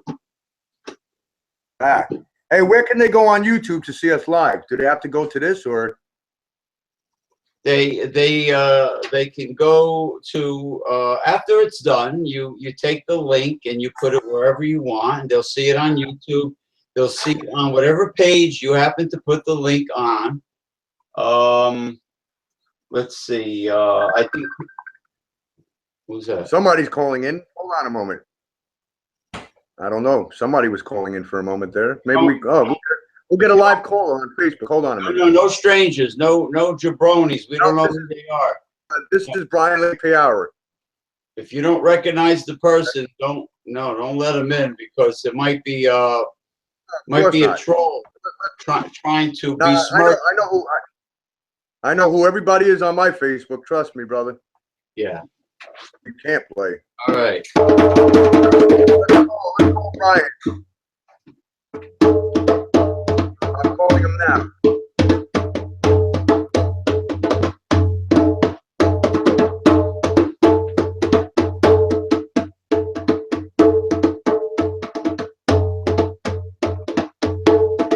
Hello? Yeah, Paul. All right. Hey, Brian, we're live on TV right now, and I'm live on the YouTube channel and a few other channels and a few other things going on here. And we got James. Hey, James. Hey.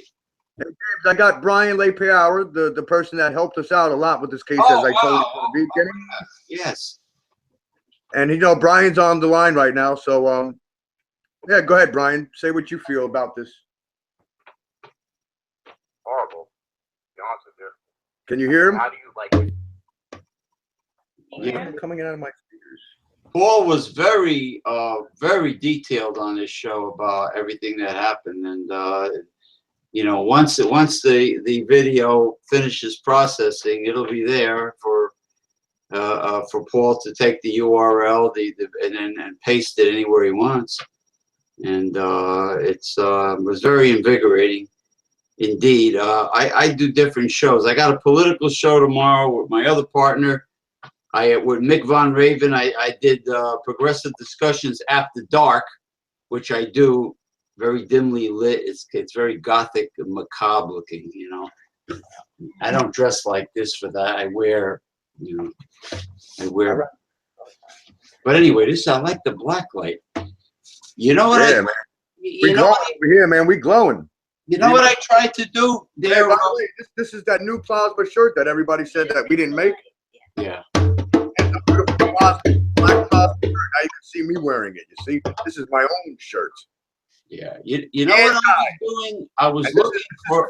full satin shirt this year. You know. That's a beautiful shirt. Oh yeah, man. We'll get I a was, boot. I was looking for a black light LED bulb, but they didn't have any, so I got an orange one, an orange LED. So that might look good with the black theme, you know, with the black skull, with the bandana with the skulls on it, and the black shirt. It might have a Halloween type of a look to it. The orange. All right, so I'm gonna play this tune. So I don't know if you're gonna be able to hear the guitar so well because it's an electric and I don't have any speakers here. Can you hear that? Can you hear that? Yeah. A little bit? I don't really hear it.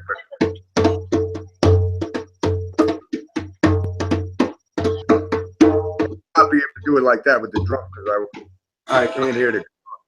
So you want me to just do a tune real quick and then we got to set up next week to do something live. Yeah, the drum will drown. Hey, hold on, man. The drum will drown it out, unfortunately. The drum will drown it out. And then after the show, I got to work out and take a shower and watch, see if Ancient Aliens is on or whatever. All right. Yeah, we'd be working out. Somebody broke the fucking machine at the gym over here. So, all right, I'm gonna sing "Ain't No Sunshine" by Bill Withers, my style. So you ready? You look great with the black light doing this. Oh yeah, wait till you hear my voice. Hopefully it's crackle. All right, here we go. Ain't no sunshine where she's gone. It's not warm where she's away. Ain't no sunshine when she's gone, and she always gone too long. Anytime she goes away, she's gonna stay. I wonder if she's really gone. There ain't no sunshine when she's gone, and she always gone too long. When the sunshine go away. Here we go. I know.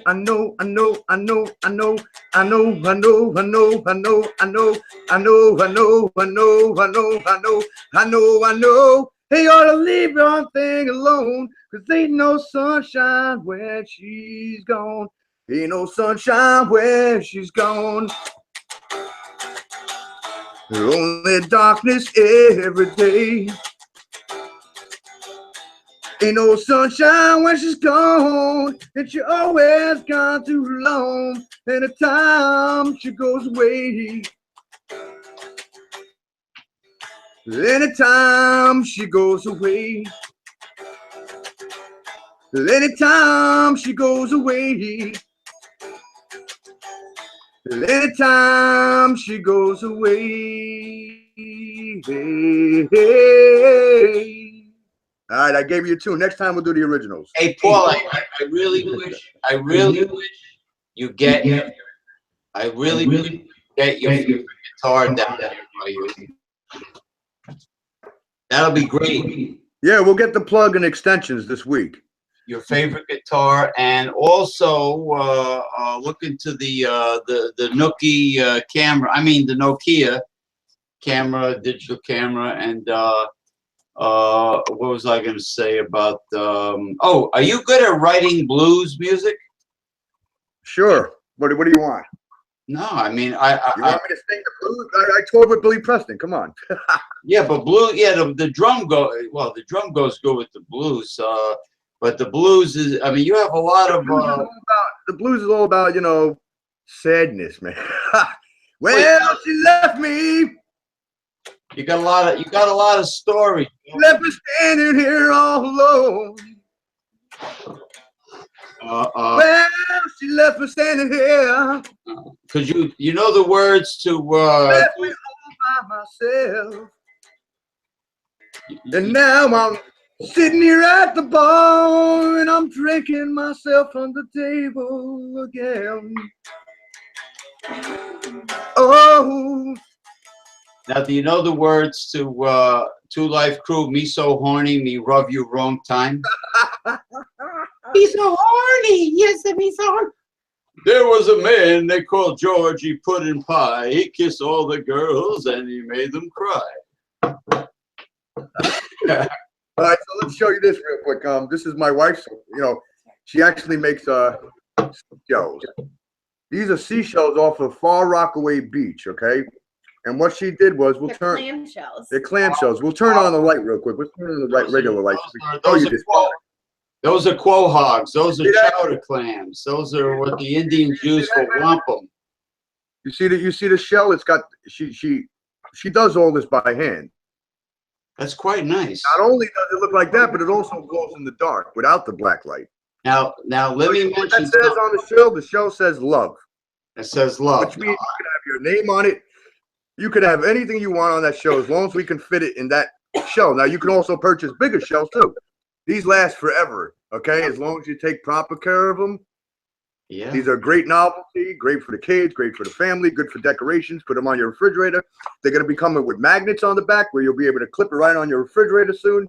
So we got some great new products coming out for everybody. Just make sure you select the very strong, high Gauss magnets. Otherwise, that shell is going to be falling onto the linoleum. This is what we want. This is what we want in the world. Do you read that? What does that say? Hey, you know, it'd be funny. We want peace in the world. You make a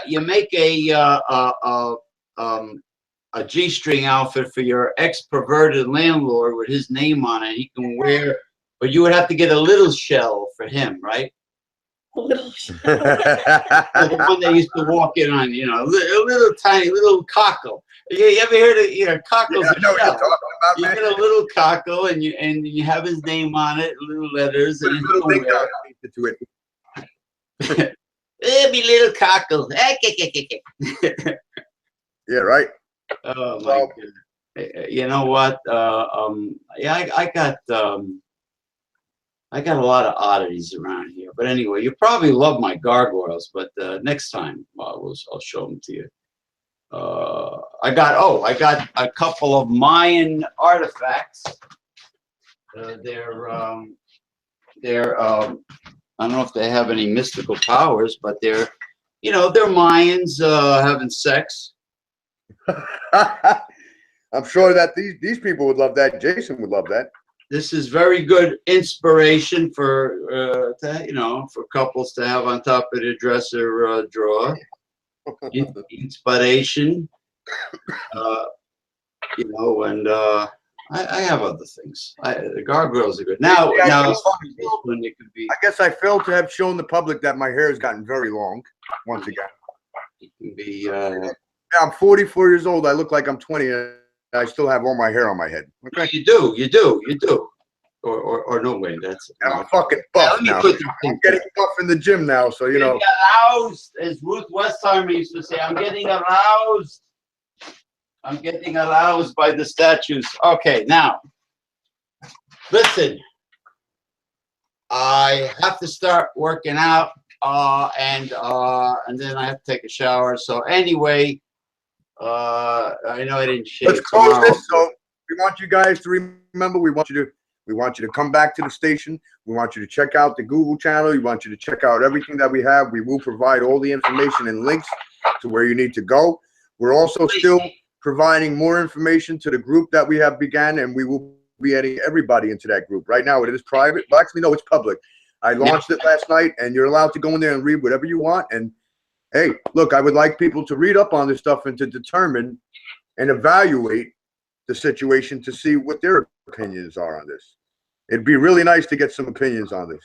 Now, I want you to please send me the link to the primary page that you want to use so I can place it underneath this show, you know, on YouTube. You know, just send it to me. Send me the link and I'll just copy and paste it right underneath. So, you know, it'll be there, right under the video. So people can go right to it. Now, this is a 40-watt dollar store soldering iron, which will make an excellent torture device for Blackburn and your former landlord. Oh my God. Well, like I said, I'm not into the violence, but you know, if that's what you're thinking, you know. Yeah, but my thing is to, I want to know on his forehead like Freddie Blassie and just, Where are you gonna stick that up his ass or what? Urethra Frank. What about his Urethra Franklin? Would that work? Hey, Brian, are you still on the line? Yeah, I'm still on. Okay, Brian's still on the line with us. Yeah, Brian can't see the soldering iron, but I'm sure he'll Yeah, he's showing a soldering iron that he'd like to stick up, you know, their asses right proctology, amateur proctology. I am a broad certified, I guess, groinecologist, whatever. And this will be very good for. now. What about the grinder? You need the grinder with it, you know, the router. You got to route it out first, and then you stick, you know. His prostate. We'll give him a prostate reaming with this thing. A prostrate. My grandfather used to say prostrate. He couldn't say prostate. Hey, I used to work in a factory. Don't touch my Social Security. Prostrate. I had my prostrate taken care of. They couldn't pronounce the words too well because. All right, so let's close the show because I also have things to do. And all right.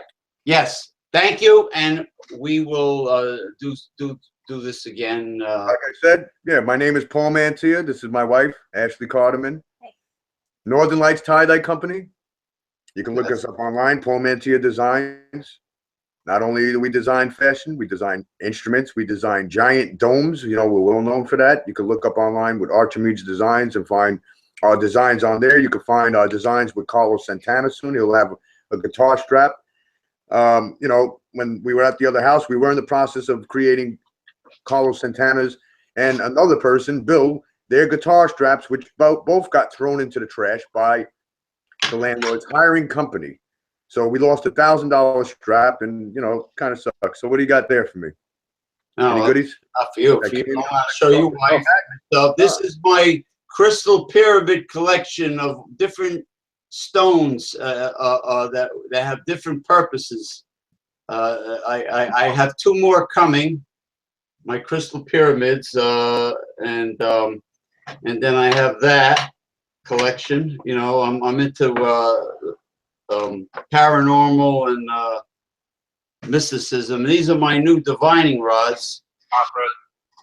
Let me see if they're copper. Are they, Brian? Copper. Yeah, like for dowsing, but it's I'm gonna ask her a question. Why is Brian on the speaker? I don't know. It's really weird. Okay. I'm trying to wonder why Brian's coming out of my computer speakers and not coming out of my speakers that are plugged into the computer. That's very strange. Divining rods. I think because Brian's on no, he's on this channel here, the Chrome. No, he might be on. No, he might. All right. No, he is on Chrome right here. Technically, if Brian logged into Google Hangouts, his video, he can be with us. Yeah, then we'd be able to hear him. Okay, because I understand what's going on. Next time, you could have a half a dozen of your people on with us, but the thing is, every time one of them talks, it might become mayhem. All right, divining rods. We should have a few people online at a time, I am gonna call somebody, and see if they want to be interviewed next week. It's another tenant that Mr. Rowe had, and she's really in fear of saying anything. I mean, I don't know what they did to her, but she said, it was really threatening what they said to her. So, she lost the case and they sued her for $7,000. And she was in a condemned house as well.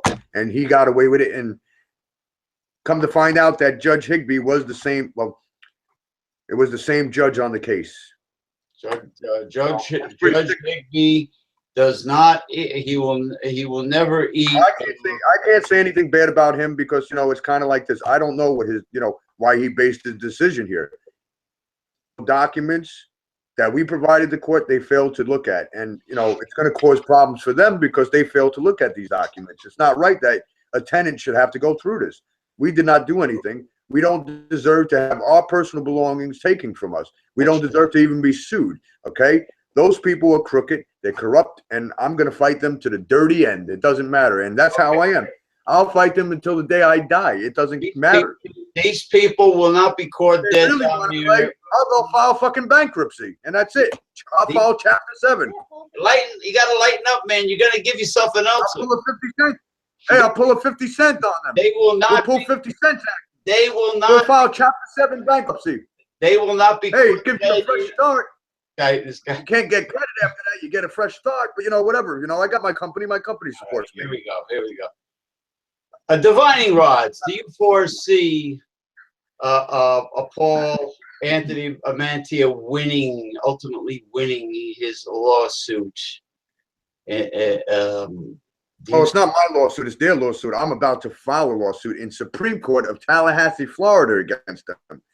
I have every right to file in the Supreme Court against those three. And now I'm going to be the plaintiff with the lawyer. And guess what? You can't get around on a lawyer. You might have been able to get around on my wife and I because we're not savvy like that. We don't know all the laws and all the statutes of limitation like you do. But guess what? You know what? When a lawyer stands up for a client like us and has this much evidence, the divining rod is not used to you, Paul. We gotta meditate and be quiet when we ask questions. But anyway, I just want to show you some of my paranormal things. But yeah, anyway, listen, it's been fantastic, and don't forget, give me the link to your primary page so I can put it right under the show. Okay, man. I see. You have a great night. God bless everybody. And good night to your wife. Good night, everybody. Good night. Bye.